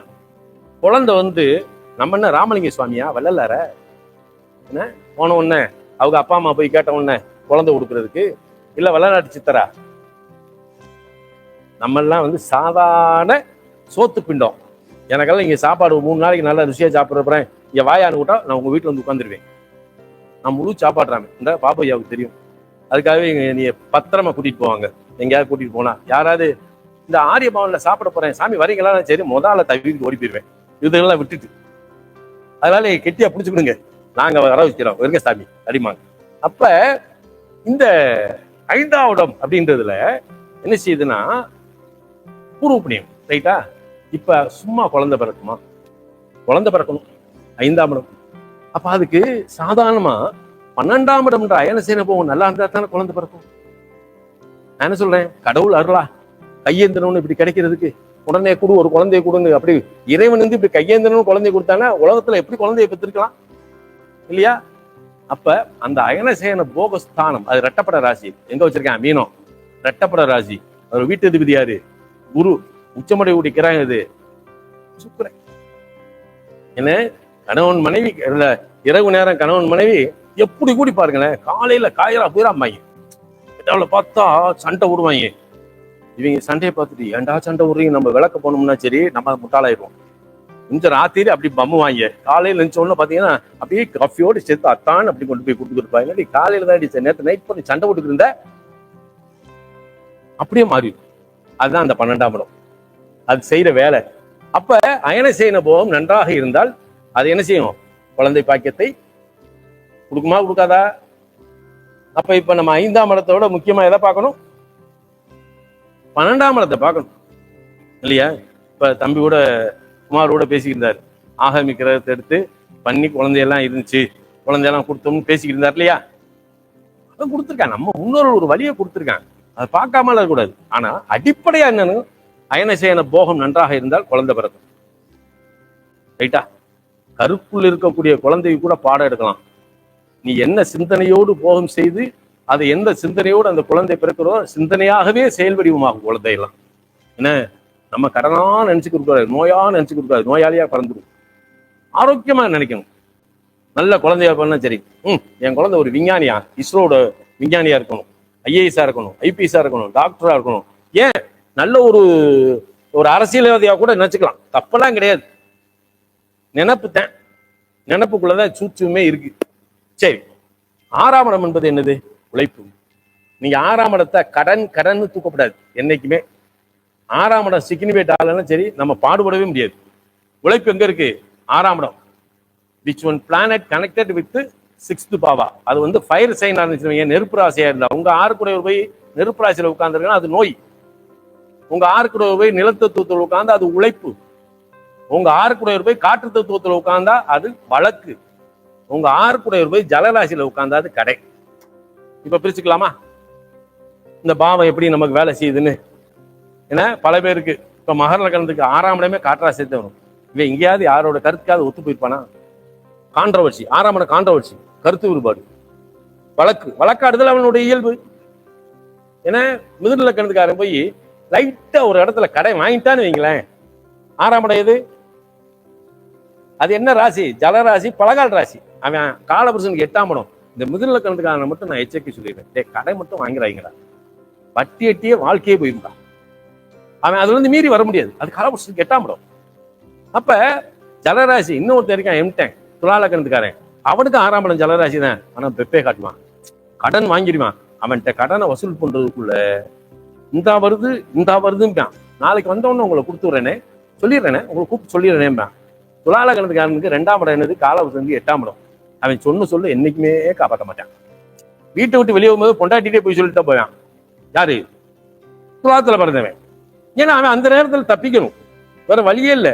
இவனுக்கு அனாமத்தா எப்படா பணம் வரும் அப்படின்னா, இவனுக்கு பணம் எப்படி வரும் அப்படின்னா, நான் இந்த துலா லக்னத்துல பிறந்தவன்ட்டு என்ன சொல்லுவேன், டேய் பாலிசி போடுங்கடா, அமௌண்ட் ஜாஸ்தியா போட்டுவிடா. ஏன்னா 2ஆம் இடம் காலவர்கள் எல்ஐசி இந்த பாலிசி இருக்கு இல்லையா, அதுல இருந்து அவனுக்கு பணம் நிறைய வரும். அப்ப லைட்டா அதுக்குள்ள என்ன உட்காந்துருக்காரு? சனி பகவான் உட்காந்துருக்காரு. 4-8-12 சனி இருக்கா, அவர் தான் சுக பஞ்சமாதிபதி. 2-10 இவனுக்கு 2-10, அது காலபுருஷன் 4-8-12. பாருங்களேன், லைட்டா துலா லக்னத்துக்கான விபத்து நடந்துச்சுன்னா சரி, பாலிசில இருந்து பெரிய தொகை வந்து கிளைம் பண்ணிடுவான். அதே மாதிரி தான் இந்த வீணா பணவங்க இருக்காங்க, புதையல் யோகம் தேடி போறான் பாரு, அனாமத்து. இந்த லாட்ரி ஷீட்ல எனக்கு நாளைக்கு இதோட இந்த ஒரு கோஷி இருக்கு. பாபையாவுக்கெல்லாம் நிறைய தெரியும். யார் தெரியுமா? உலகம் சுத்துற மனுஷன் இருந்தாலும் சரியா, லேசா நினைச்சிடாங்க. உலகத்திற்கு அத்தனை முள்ள மாதிரி முடிச்ச மாதிரியும் பாபுக்கு தெரியும், லேசாலாம் கிடையாது. இந்த நாகரத்னம்னு சொல்லுவாங்க இல்லையா, நாகரத்னம், கோயில் கும்பா, இரிடியம், இப்படி ஒரு கேஸ் இருக்கு சார். நாளைக்கு காலையில ஜனாதிபதி கையெழுத்து போடுறாரு 1500 கோடிக்கு. இவன் சொல்லுவான் 1500 கோடி செக் பாஸ் ஆகுது, கையெழுத்து போடுறாரு. அடுத்த வாரம் உங்களுக்கு 150C நான் கொடுத்துறேன். இவன் கக்கத்துல மஞ்சள் துணியை தான் எடுத்து வச்சிருக்கான். இது நாய் ஒரு 100 ரூபாய் ஒழுங்கா பார்த்திருக்காது. அதே அதுல ஒருத்தர் இல்ல, அதோட ராகு சம்பந்தப்பட்டாலே வருது. நீங்க அங்க போங்க, உங்க கோட்பாடு, உங்க ராகு தான் அதை வேலை செய்யறாரு. சரியா? ஏன்னா இத்தனையும் அப்படியே இருப்பா. இப்படி அனாமத்தா வர்றது புதையல் கேஸ். என்ன இதுல ஒரு விஷயம், நான் இந்த மீன லக்னத்துக்காரனையும் கும்ப லக்னத்துக்காரனையும் சொந்த தொழிலுக்கு வராதிங்களான்னு சொல்லுவேன். மிதுனமும் கும்பமும், சரியா, மிதுனமும் கும்பமும் என்னைக்குமே சொந்த தொழிலுக்கு வராதிங்க. முடிஞ்ச அளவுக்கு வேலை செய்யுங்கடா. அதுல கிடைக்கிறத இது. இந்த மிதுன லக்னத்துக்காரன் பாத்தீங்கன்னா சரி, வருமானம் வரக்கூடிய சொத்தை உருவாக்கிடுவான் அவன் அந்த டேலண்ட் உண்டு.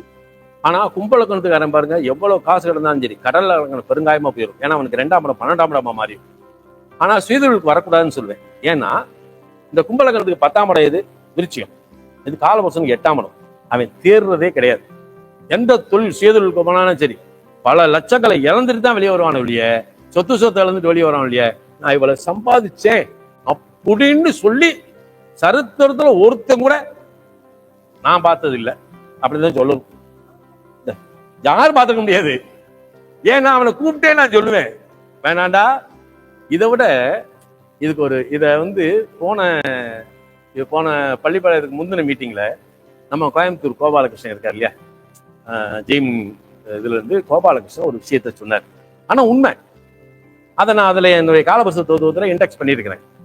எப்படின்னா 10ஆம் இடம் என்பது விருச்சியம், அது காலபுருஷனுக்கு 8ஆம் இடம். இது ஒரு ஜலராசியா இல்லையா? இவனுக்கு 2ஆம் இடமும் ஜலராசி, 6ஆம் இடமும் ஜலராசி. இவனுடைய இந்த 2-10 அப்படின்றத இவன் வருவாயை தீர்மானிக்குது. 2-10 தான் தீர்மானிக்குது. அப்ப 2ஆம் இடமும் ஜலராசி, 10ஆம் இடம் ஜலராசி, காலபுருஷனுக்கு 8ஆம் இடம். அப்ப கும்பலக்கணத்துல பிறந்த ஒருத்தர் இணைஞ்சிருக்காரு. அவருக்கு கிடைச்ச ரிசர்ச் ஓரியன்டல்ல கிடைச்சது ஒரு கப்பல் இருக்கு இல்லையா, பழைய கப்பலை வாங்கி உடைச்சு ஸ்கிராப்ஸ் எடுத்து விற்கிறது, உடைத்தல். அங்க 8ஆம் இடம் வேலை செய்தா? அடிச்சு ஸ்கிராப்ஸ் அப்படியே அடிச்சு போய் கோடீஸ்வரன் ஆயிடுறாங்க. இது நல்லா இருக்கா இல்லையா? விருச்சிக லக்னத்துக்கு எப்படி, அது கும்ப லக்னத்துக்கு ஆனா மிதுனலக்கணத்துக்காரங்க தேர முடியாது. மிதுனலக்கணத்துக்காரங்களுக்கு இப்பெல்லாம் வர்ற யாரும் வந்தா, சாமி நான் என்ன எடுத்து படிக்கிறதுன்னு கேட்பேன். ஒன்லி சிவில் இன்ஜினியரிங் ஆர்கிடெக்ட், வேற எதுவும் உனக்கு ஒத்தே வராதா அப்படின்னு சொல்லிடுவேன். பல ரியல் எஸ்டேட் ஓனர்லாம் யார் தெரியுமா? கும்பலக்கணத்துல பார்த்தீங்கன்னா ரியல் எஸ்டேட்ல பெரிய சம்பாத்தியம் இருக்கு. ரியல் எஸ்டேட்ல பூராமே கும்பலக்கணத்துக்காரங்க தான் சாதிக்கிறாங்க. நான் யார் வந்தாலும் ஒரு 40-43 வயசுல வந்து, சாமி நான் ஏதாவது தொழில் எனக்கு ஒண்ணுமே இல்லை, இந்த அவன் பிளாட் போட்டிருக்கேன், கமிஷன் எவ்வளவுன்னு கேளு, பிளாட்டை வித்து கொடு, காசு கிடைச்சிரும் போ, அவனே பின்னாடி பிளாட் போட்டுருவேன். இப்படித்தான் அதுக்குள்ள வந்து இந்த வளர்ச்சி அதுக்குள்ளதான் இருக்கு.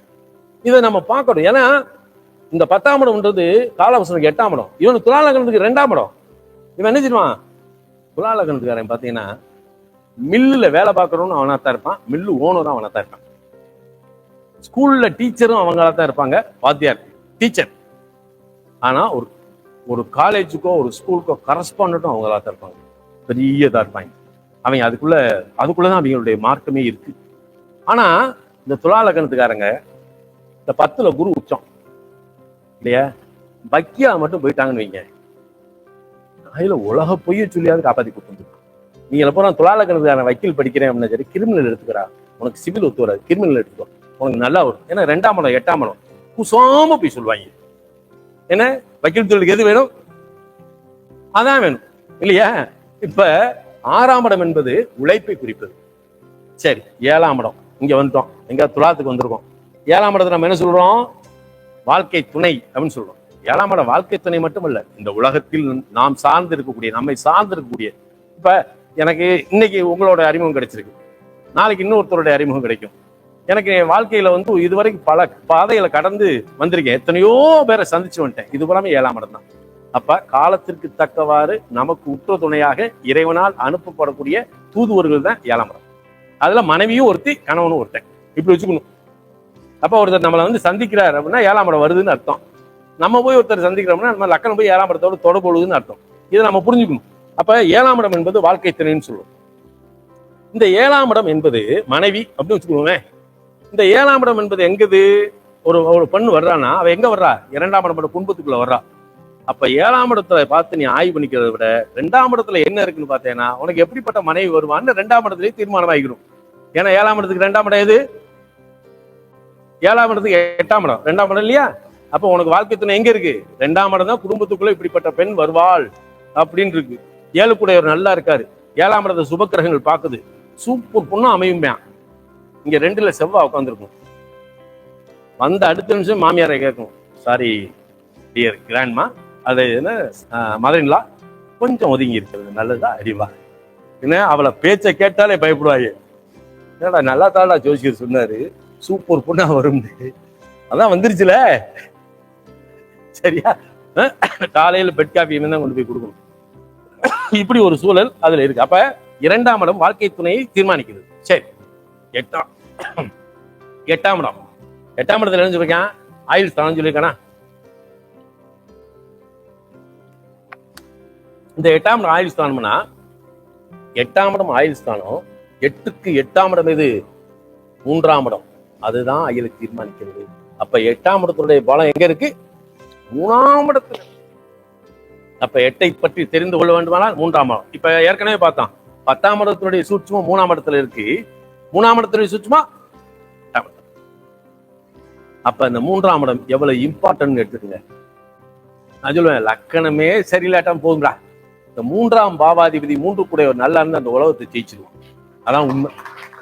இது அந்த காலத்துல 35 வருஷம் 40 வருஷத்துக்கு முன்னாடியே இதைத்தான் நான் சொல்லிக்கிறேன். 3ஆம் இடத்தை மட்டும் பாருங்கடா, அது நல்லா இருக்கா, ஜாதகத்தை கொடுத்து விட்டுப்போ. ஏன்னா அவன் எதையுமே சமாளிச்சிருவான். ஆனா 9ஆம் இடம் இங்க நம்ம பாக்குறோம். 9ஆம் இடம் சார் இங்க வந்துட்டீங்க சார், ஜோசியத்துல இப்ப லேசா ஒரு கலாட்டா பண்ணாங்க. சரி, தெளிந்த அறிவாளின்னு சொல்லக்கூடிய முட்டா பையன், இப்படிதான் சொல்லுவேன், தெளிந்த அறிவு என்று சொல்லக்கூடிய முட்டாள்கள். 9ஆம் இடம். அப்போ 9ஆம் இடம் வந்து தகப்பன்னா 4ஆம் இடம் தாயார். அவன் அதை மாத்தல. 4ஆம் இடம் தாயார்னு தகப்பன் 10ஆம் இடத்துக்கு தானே வரணும்ட்டாங்க. கண்டாலையா எங்கடா கட்டிய, சரியா? இப்போ 9ஆம் இடம் தகப்பன் ஸ்தானம். தகப்பனாரை பற்றி நாம் அறிந்து கொள்ள வேண்டுமானால் இப்ப 4ஆம் இடத்துல இருந்து தான் நம்ம தெரிஞ்சுக்கொள்ள முடியும். அப்ப 4ஆம் இடம் சிறப்பாக இருந்தால் 9ஆம் இடம் நன்றாக இருக்கும்னு அர்த்தம். இப்ப ஒண்ணு இல்லை, நாம என்னுடைய அப்பா இல்லை, இப்ப நான் போய் தர்ப்பணம் பண்ண போறேன். தர்ப்பணத்துல அழகர் சாமி மகனாகிய, அதாவது பொன்னையா பிறக்க காரணமாக இருந்த அழகர் சாமி என்ற ஆத்மாவுக்கு இந்த தர்ப்பணம் அர்ப்பணம்னு சொல்லல. அங்க என்ன சொல்றான், நான் பிறக்க காரணமான விந்தையுடைய நாதனுக்கு தர்ப்பணம் அர்ப்பணம் தான் சாஸ்திரம் சொல்லுதே ஒழிய இன்னாருன்னு அதுல பேர் இல்லை. அப்ப நீ யாரா, உங்க அப்பா யாரு தெரியாது. அம்மா சொல்லத்தானே தெரியும். அம்மா தான் சொல்லுவா, டே உங்க அப்பா வர்றாரு அப்பா, அதுக்கப்புறம் தான் அவன் அப்பனே தெரியும். சரி, அது பல நாதங்கள் கூட்டுனதா இருந்தா யாரும் நமக்கும் தெரியாது, தாய்க்கு தெரியும், ஆனா அவளுக்கும் தெரியாம போகும். அதுதான் இறைவன் வந்து சூட்சமா வச்சுட்டான். அப்ப இங்க தகப்பன் ஸ்தானம் நன்றாக இருக்க வேண்டும், அதை பத்தி தெரியும். அதனுடைய சூட்சம் எங்க இருக்கு, 4ஆம் இடத்துல இருக்கு. அப்ப 4ஆம் இடம் நன்றாக இருந்தால் சரி. அதுக்கப்புறம் கதையை வைக்கிறான் 10ஆம் இடம். இப்ப 10ஆம் இடத்துடைய சூட்சம் எங்க இருக்கு, இதுதான் நம்ம சொல்றான். பஞ்சமஸ்தானம் நன்றாக இருந்தால் உனக்கு நல்லா இருக்குன்னு சொல்றது காரணம் என்னன்னா, 10ஆம் இடத்துல கர்மா. இந்த கர்மா அப்படின்றவருடைய சிறப்பு எங்க இருக்கிறது, 5ஆம் இடத்தோட சம்பந்தப்படும். அதுக்கு 8ஆம் இடம் இருக்கு இல்லையா. அப்ப பூர்வ புண்ணியஸ்தானம் நன்றாக இருந்தாலே உன்னுடைய கர்மாவும் நன்றாக இருக்கும், உனக்கு நல்ல பேரும் புகழ் கிடைக்கும், நல்ல பேரம்பேத்திகள், நல்ல பிள்ளைகள். அப்ப கர்மா அந்த 10ஆம் இடத்துக்குள்ள மட்டும் எவ்வளவு வச்சிருக்கேன் பாருங்க. இப்ப நான் இருக்கேன், என் கர்மா நன்றா, என்னுடைய கர்மாவை வந்து எப்படி வச்சிருக்கேன் அதை கவனிக்கணும். இங்க இந்த இடத்துல சொல்றது நல்லது. இப்ப எனக்கு வந்து இந்த பரிகாரம் பச்சனம் இந்த அது இது உனக்கு 1.5 லட்சம் ஆகும் 2 லட்சம் ஆகும் அப்படின்னு சொல்லி நான் வேண்டையும் நான் பார்த்ததுக்கு கூலியை கொடு போதும். கூலியை மட்டும் தான் வாங்கியிருக்கேன். என் 10ஆம் இடத்தை ஸ்ட்ராங்கா வச்சிருக்கேன். அப்ப இந்த 10ஆம் இடம் என்ன செய்யுது, எனக்கு 5ஆம் இடத்துல போய் எனக்கு நல்ல குழந்தைகளை கொடுத்தது, நல்ல பேர குழந்தைகளை கொடுத்தது, நல்ல புகழை கொடுத்தது இல்லையா. இப்ப 10ஆம் இட தன்மை எங்க இருக்கு, 5ஆம் இடத்தில் இருக்கிறது. இதான் நம்ம கவனிக்கணும். அதே மாதிரிதான் 11ஆம் இடம்ன்ற வெற்றி. இதுல புத்தகத்துல போய் பாத்தீங்கன்னா 6ஆம் இடத்துல தான் வெற்றின்னு போட்டிருப்பேன். அவன் கரெக்டா தான் போட்டிருக்கேன். 6ஆம் இடம் வெற்றி. நம்ம என்ன சொல்லுவோம், ருணரோக சத்துருஸ்தானம் அப்படிமோ. பழைய நூல்கள் பாத்தீங்கன்னா 6ஆம் இடத்துல தான் வெற்றின்னு போட்டுருப்பான். ஏன், 11ஆம் இடத்துடைய தத்துவம் எங்க இருக்குன்னா 6ஆம் இடத்துல இருக்கு. அப்ப 11ஆம் இடத்துடைய சூட்சுமம் பூரா 6ஆம் இடம், 6ஆம் இடத்துடைய சூட்சுமம் பூரா லக்னத்துல இருக்கு. இப்ப 12ஆம் இடம். இப்பதான் இங்க கதைக்கு வரேன். இப்ப நமக்கு ஒரு சந்தேகம் வந்திருக்கும். அப்ப 5ஆம் இடத்துடைய தன்மை வந்து 12ஆம் இடத்துல அயனசேன போக இருந்தா தான் குழந்தை பிறக்கும், ஏத்துக்கிறோம். 7ஆம் இடம்ன்ற மனைவி அப்படின்ற சூட்சுமம் வந்து 2ஆம் இடத்துல இருந்து நம்ம எடுத்திருக்கோம். ஓகே. இந்த 12ஆம் இடம் இதுதான் இறைவன் சொல்றான், அயனசேன போகத்துக்கு உற்ற துணை. இந்த 12ஆம் இடத்தை பத்தி சூட்சுமம் எங்க இருக்குன்னா 7ஆம் இடத்துல இருக்கு. அப்போ உன்னோடு யார் கூடுவார், உன் வாழ்க்கை துணைக்கு, உன் லௌகியத்துக்கு, உன்னோட அயனசேன போகத்திற்கு இணையக்கூடிய ஆத்மா இந்த 12ஆம் இடத்துல இருக்கக்கூடிய சூட்சுமம் எங்க இருக்கு, 7ஆம் இடத்துல இருக்கு. இந்த 12 பாவத்தை எப்படி வச்சிருக்கான் பாத்தீங்களா. இப்படி ஒரு சூட்சுமத்தை இதுக்குள்ள வச்சிருக்கான். சரி, இப்ப நீ யாரை சார்ந்திருக்கிறாய், நான் யாரை சார்ந்திருக்கிறேன் அப்படின்றத சொல்லிட்டு மட்டும் நான் இது பண்ணிக்கிறேன். ஏன்னா அதுக்கடுத்து பாபையா பேசுறவங்க நம்ம சாப்பிட போவோம். ரைட்டா. இப்ப நீங்க நல்லா தெரிஞ்சுக்கணும் எல்லாருமே, இது எல்லாத்துக்குமே யோகங்கள்ல 2300 யோகம் நம்ம இதெல்லாம் சொல்லியிருக்கான். அவனு சொல்லியிருக்கான் 2300 யோகம்னா நீங்க பெருசா நினைச்சுறாங்க. பிச்சை எடுப்பதும் யோகம், தரித்திரம்னு சொல்லும்போது தரித்திர யோகம்னு தான் சொல்றான். அவளை வந்து யோகம்னா என்ன, இணைதல் அப்படின்னு அர்த்தம். நீங்க யோகம்னா பெருசா பிம்பத்தை போயிடுறாங்க. யோகம்னா இணைதல், சேர்தல். அப்ப இதுல சொல்றான், அவங்க நம்ம ஆளு முன்னாடி சொன்னதை, இந்த 2300 யோகத்துல முதல் யோகம் எதை வச்சிருக்கான் அப்படின்னா சுனபா, அனபா, 2வது துருதரா, கேமத்துமா. இந்த 4ஐயும் நம்ம நல்லா தெரிஞ்சுக்கணும்.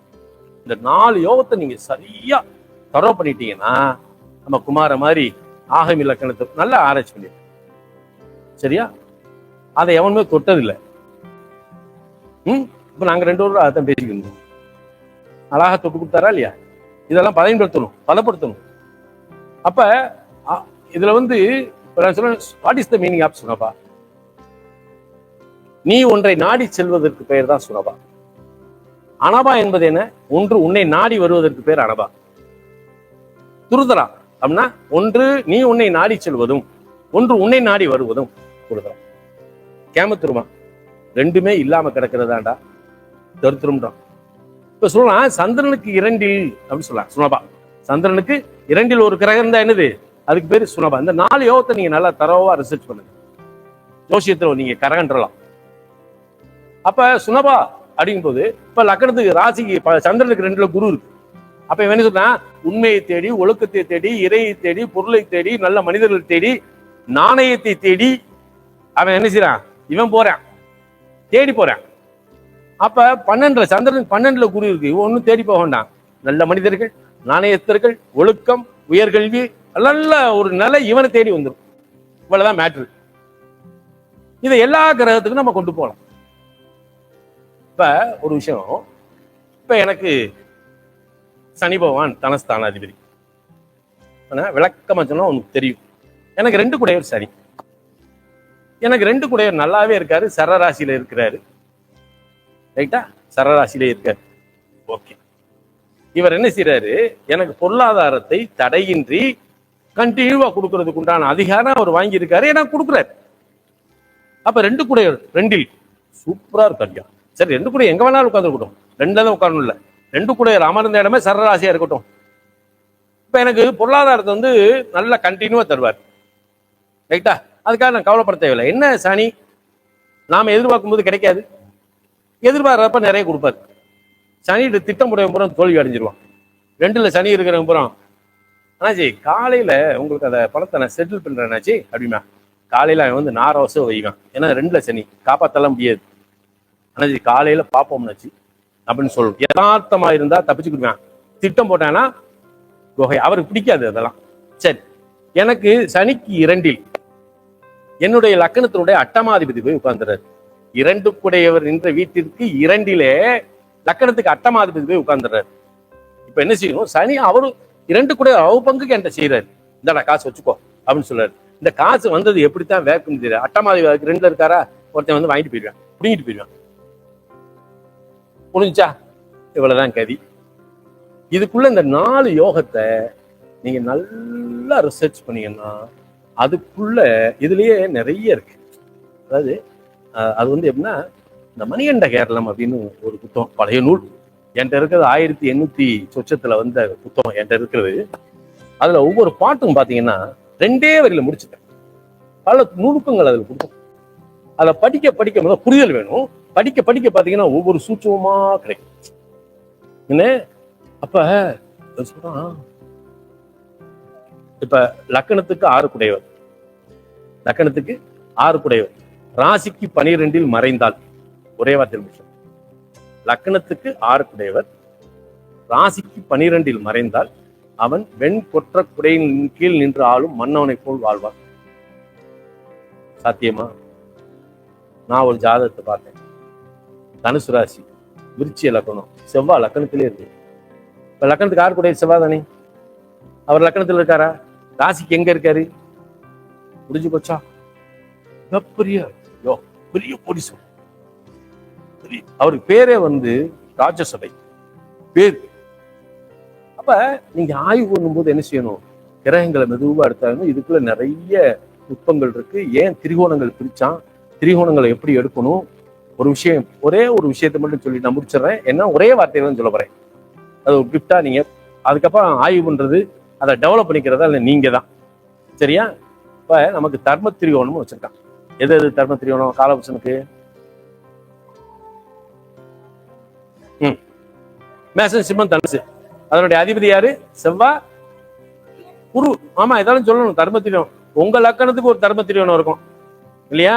அந்த தர்ம திரிகோணம் காலபுருஷனுக்கு எப்படி வருதுன்னு பாத்துக்கணும். ஆனா இது காலபுருஷனுடைய தர்ம திரிகோணம் யாரு? மேசன், சிம்மம், தனுசு, நெருப்பு ராசியா? இப்ப இந்த 1, 5, 9 இதுக்குரியவர் செவ்வாய், சூரியன், குரு. ஓகேயா? இப்ப நம்ம எந்த லக்கணத்துல வேணாலும் பிறக்கலாம். சரியா? நம்ம லக்னாதிபதி போய் நவாம்சத்துல ஒரு வீட்டுல உட்காருவார்ல, நவாம்சத்தில் நின்ற வீட்டதிபதி, அந்த வீட்டதிபதி ராசி சக்கரத்தில் செவ்வாய்க்கு 10லோ, சூரியனுக்கு 9லோ, குருவுக்கு 5, 9லோ நின்றால் அவன் இந்த உலகத்தில் பேசப்படக்கூடிய உயர்ந்த நிலையை என்றாவது அடைவான் என்பதை உறுதியாக சொல்லலாம். இதான் சூட்சம். புரியுதா? ஆமா, எப்படிலாம் நிறைய பாருங்க. என்ன, என் அனுபவத்தை பூரா வந்து ஈஸியா நான் உங்கள்கிட்ட சொல்லிட்டு போனேன். இது இப்ப நான் சொன்னதை மட்டுமே நீங்க லைட்டா ரிசர்ச் எடுத்தீங்கன்னு வைங்களேன், நீங்க பெரிய ஆள் ஆயிருவீங்க. வேற எதுவும் தேவையே கிடையாது. சரியா? இப்ப நான் எல்லாம் பாரம்பரியத்துல இவ்வளவு விஷயத்தை பத்தி பேசுறேன். என் ஜால பார்க்க வந்தாலும் நான் கேபில தான் எடுப்பேன். சரியா? நான் முழுக்க முழுக்க கேபி அஸ்ட்ராலஜர் தான். ஜாதகத்தை கேப்பில் அதுலேயுமே மிராக்கிளா கொடுத்தேன். மிராக்கிள்னா எப்படி? ஒரு பையன் வர்றான், அம்மா அவங்க சொந்தக்காரங்க ஒரு பேப்பர் யூனிட்டினுடைய பெரிய ஓனர் வந்து, இந்த பையனுக்கு கல்யாணம் ஆகலை சார், என்னன்னு பாருங்க. அப்போ அந்த ஜாதகத்தை கேப்பில் போட்டது, கேப்பில் கேபி படிச்சுக்கிட்டீங்கன்னா சரி, நீங்களாம் உதறலே வராது. ஐயா என்ன சொல்லுவாரு, வந்தவொன்னு வந்த நேரத்தில் இந்த சக்கரத்தை போட்டு அவனுக்கு அடிக்கலாம். அவன் ஆதி அந்த போனது வந்தது செவரை கூச்சது வந்த நேரத்தை வச்சு நான் அடிப்பேன். ஆதியில நடந்ததெல்லாம் எடுத்துரும் இதுல கேபியில. அப்ப அவனுக்கு 4th கஸ்ப சப்ளாட் 4ஆம் பாவ நட்சத்திராதிபதி செவ்வாயாகி, செவ்வாய் போய் சிம்மத்துல கேது சாரம். இப்ப கவனிக்கணும், துலா லக்கணம் 4ஆம் பாவம் எது? மகரம். அது சனியோட வீடு, சந்திரனுடைய நட்சத்திரத்துல செவ்வாயோட சப்ல விழுகுது. இப்ப இந்த செவ்வாய் எங்க உட்கார்ந்துருக்காரு? மகத்துல போய் உட்கார்ந்துக்கிட்டாரு. இப்ப துலா லக்கணத்துக்கு அந்த வீடு வந்து பாதகஸ்தானம். எப்பயுமே 11 சரத்துக்கு 11ஆம் இடத்தை நல்லவன் என்று நம்பி மட்டும் மோசமாயிராங்க. இப்போ ஒருத்தனுக்கு 11வது தசை நடக்கு, லாபாதிபதி தசை நடக்கு சரலக்கணத்துக்கு, லாபாதிபதி தசை ஸ்திரலக்கணத்துக்கு 9 கூட தசை நடக்கு, பாக்கியாதிபதி தசை நடக்கு. அந்த நேரத்துல அவர் என்ன செய்யறாரு? உங்களுக்கு வாங்கி அதிகாரத்தை செஞ்சிடறாரு. வாங்கி அதிகாரத்தை, லாபஸ்தானம் என்ன, கை நிறைய காசு கொடுக்குறாரு. வாங்கணும்னு 11ஆம் இடம் வேலை செய்யுது, 4ஆம் இடத்தை தான் சொத்தை தான் பிடிப்போம் இல்லையா? திசை முடியும் போது, அந்த லாபாதிபதி திசை முடியும் போது என்ன செஞ்சிருன்னு தெரியுமா? சொத்தை பூரா பொண்டாட்டி பிள்ளைகளை தூக்கி விட்டுறணும். இவன் கையில வச்சுக்க கூடாது. வச்சிருந்தா அவனை போட்டு தள்ளி. அவன் பாதகாதிபதின்ற குணத்தை என்னைக்கும் மாற விடமாட்டான். அப்படி தூண்டில் போட்டு கொக்கிய போட்டு எடுத்துட்டு போயிடுவான். அப்ப அந்த திசை முடியுமா என்ன செய்யணும்? தூக்கி பா இந்தா என்கிட்ட ஒண்ணும் இல்லை அப்படின்னு உதறி விட்டு போயிடணும். சரி, பொண்டாட்டி பிள்ளைகிட்ட தானே இருக்கு, இவனை விட்டு போயிடுச்சா? அதை யோசிக்கணும். அப்ப இந்த இடத்துல இப்ப இதை எதை கொண்டு வந்தோம்? நான் 4th கஸ்ப சப்ளாட். அப்ப செவ்வாய் தெற்கு தசைக்குரியவர், சிம்மமும் தெற்கு தசைக்குரியது, கேதுனா விநாயகர். நான் கேட்கிறேன், டே உங்க வீட்டுக்கு பக்கத்துல தெற்கு பக்கம் இருக்கக்கூடிய விநாயகர் கோயில்ல ஃபயர் இன்சிடென்ட் எது நடந்துச்சா அப்படின்னு கேட்கிறேன். நெருப்பு, அது நெருப்பு ராசி தானே, நெருப்பு பிடிச்சா அப்படின்னா ஆமசாமின்னு ஒத்துக்கிட்டான். ஆனா அதுக்கு அடுத்து அவன் சொன்னது என்ன? சாமி அங்க பிடிச்சதெல்லாம் இருக்கட்டும் சாமி, எங்க வீடே தீப்பிச்சு எரிச்சு சாமி அப்படின்னா. சரியா? 4ஆம் பாவ நட்சத்திராதி செவ்வாய் கேது சாரம். சரி, 4ஆம் பாவத்துல இருந்து அந்த செவ்வாயை நம்ம எடுக்கிறோம். கேது வந்து எப்படின்னா பித்துர்கள் நட்சத்திரம். பித்துர்கள் என்ன? இறந்தவங்களை பற்றி சொல்லுவது. அதுலயும் துர்மரணத்தை மட்டுமே சுட்டி காட்டும். யூடியூப்ல பாத்தீங்கன்னா இந்த அஸ்வினி மக மூலத்தை மட்டுமே அழகா எடுத்து கொடுத்துருக்கேன். அதெல்லாம் வச்சு சம்பாதிக்கணும், நிறைய சம்பாதிக்கலாம். நமக்கு தேவையில்லை சிவசிவா, அதெல்லாம் நமக்கு வேண்டாம். அஸ்வதி மகமூலத்துல ஒரு கிரகம் தான், அது என்ன செய்யும், என்ன செய்யணும், அவன் கதவு சாவியே அந்த 3 நட்சத்திரம் தான். அப்ப நான் கேட்டேன், உங்க அம்மாவோட பிறந்தவங்கள இதுவரைக்கும் எத்தனை பேர் இறந்துருக்காங்க அப்படின்னு கேட்டேன். துர்மரணம் எத்தனை பேர் நடந்திருக்கு? அம்மாவோட பிறந்த அத்தனை பேர் இறந்துட்டாங்க, துர்மரணம் தான். அப்ப அதுல மகம் வந்து சில நேரத்துல கேன்சர் எல்லாம் சுட்டி கேட்டது. சரி, இதுல கேன்சர்ல யார் இறந்தாங்கன்னா சரி, 2 சித்தியும் வந்து கேன்சர்ல தான் இறந்தாங்கன்னு. சரி, தாயார் ஸ்தானத்துக்கு 8ல போய் செவ்வாய் உட்கார்ந்துருக்கு, மகரத்துக்கு 8ல. அப்ப அந்த அம்மாவும் வாழ்க்கை துணையை இழந்துருச்சு. யாரு? இவன் பிறந்தவொடனே அவங்க அப்பா இறந்துட்டாங்க. அப்ப அதுக்கு 8ஆம் இடம் மாங்கல்ய ஸ்தானம் தானே. சரி, அம்மாவுடைய வளர்ப்புலயே வர்றான். இப்ப இவனுக்கு போய் கல்யாணத்துக்கு பேசுறாங்க. தொழிலாளர்களுக்கு 7 கூடையவர் யாரு? செவ்வா. அவரு போய் மகத்துல தானே உட்கார்ந்துருக்காரு. சரி, நீ கல்யாணம் சூப்பரா பண்ணலாம், நல்லா பண்ணலாம், நல்ல பொண்ணு வரும்னு சொன்னா சரி, வந்த உடனே அவ காலி ஆயிடுவா. எதுல போய் உட்காந்துருக்கு? செவ்வா மகத்துல உட்காந்துருக்கு. வந்த உடனே அவ ஏதாவது சின்ன இன்சிடென்ட்ல பயிர வச்சிருவா. இப்ப இந்த இடத்துல இதுல இருந்து இவனை காப்பாத்த இல்லையா? அப்ப அதுக்கு தான் வழிமுறை தேடும். ஜோசியம் படிக்கிறது பெருசு இல்ல, வழிகாட்டுதல்ன்ற ரீதியில வழிகாட்டக்கூடிய வழிமுறைகளை நீங்க சில இது தெரிஞ்சுக்கணும். தெரிஞ்சா நீங்க பலருக்கு பாதைய காட்டலாம் இல்லையா? இது மாதிரி நிறைய விஷயங்களை தெரிஞ்சுக்கிடணும், புரிஞ்சுக்குங்க. புரிஞ்ச அளவுக்கு பேசுங்க, புரியலையா ரெஃபர் பண்ணிக்கிட்டே இருங்க. எங்கேயாவது ஒரு இடத்துல ஆய்வு பண்ணிக்கிட்டே இருங்க.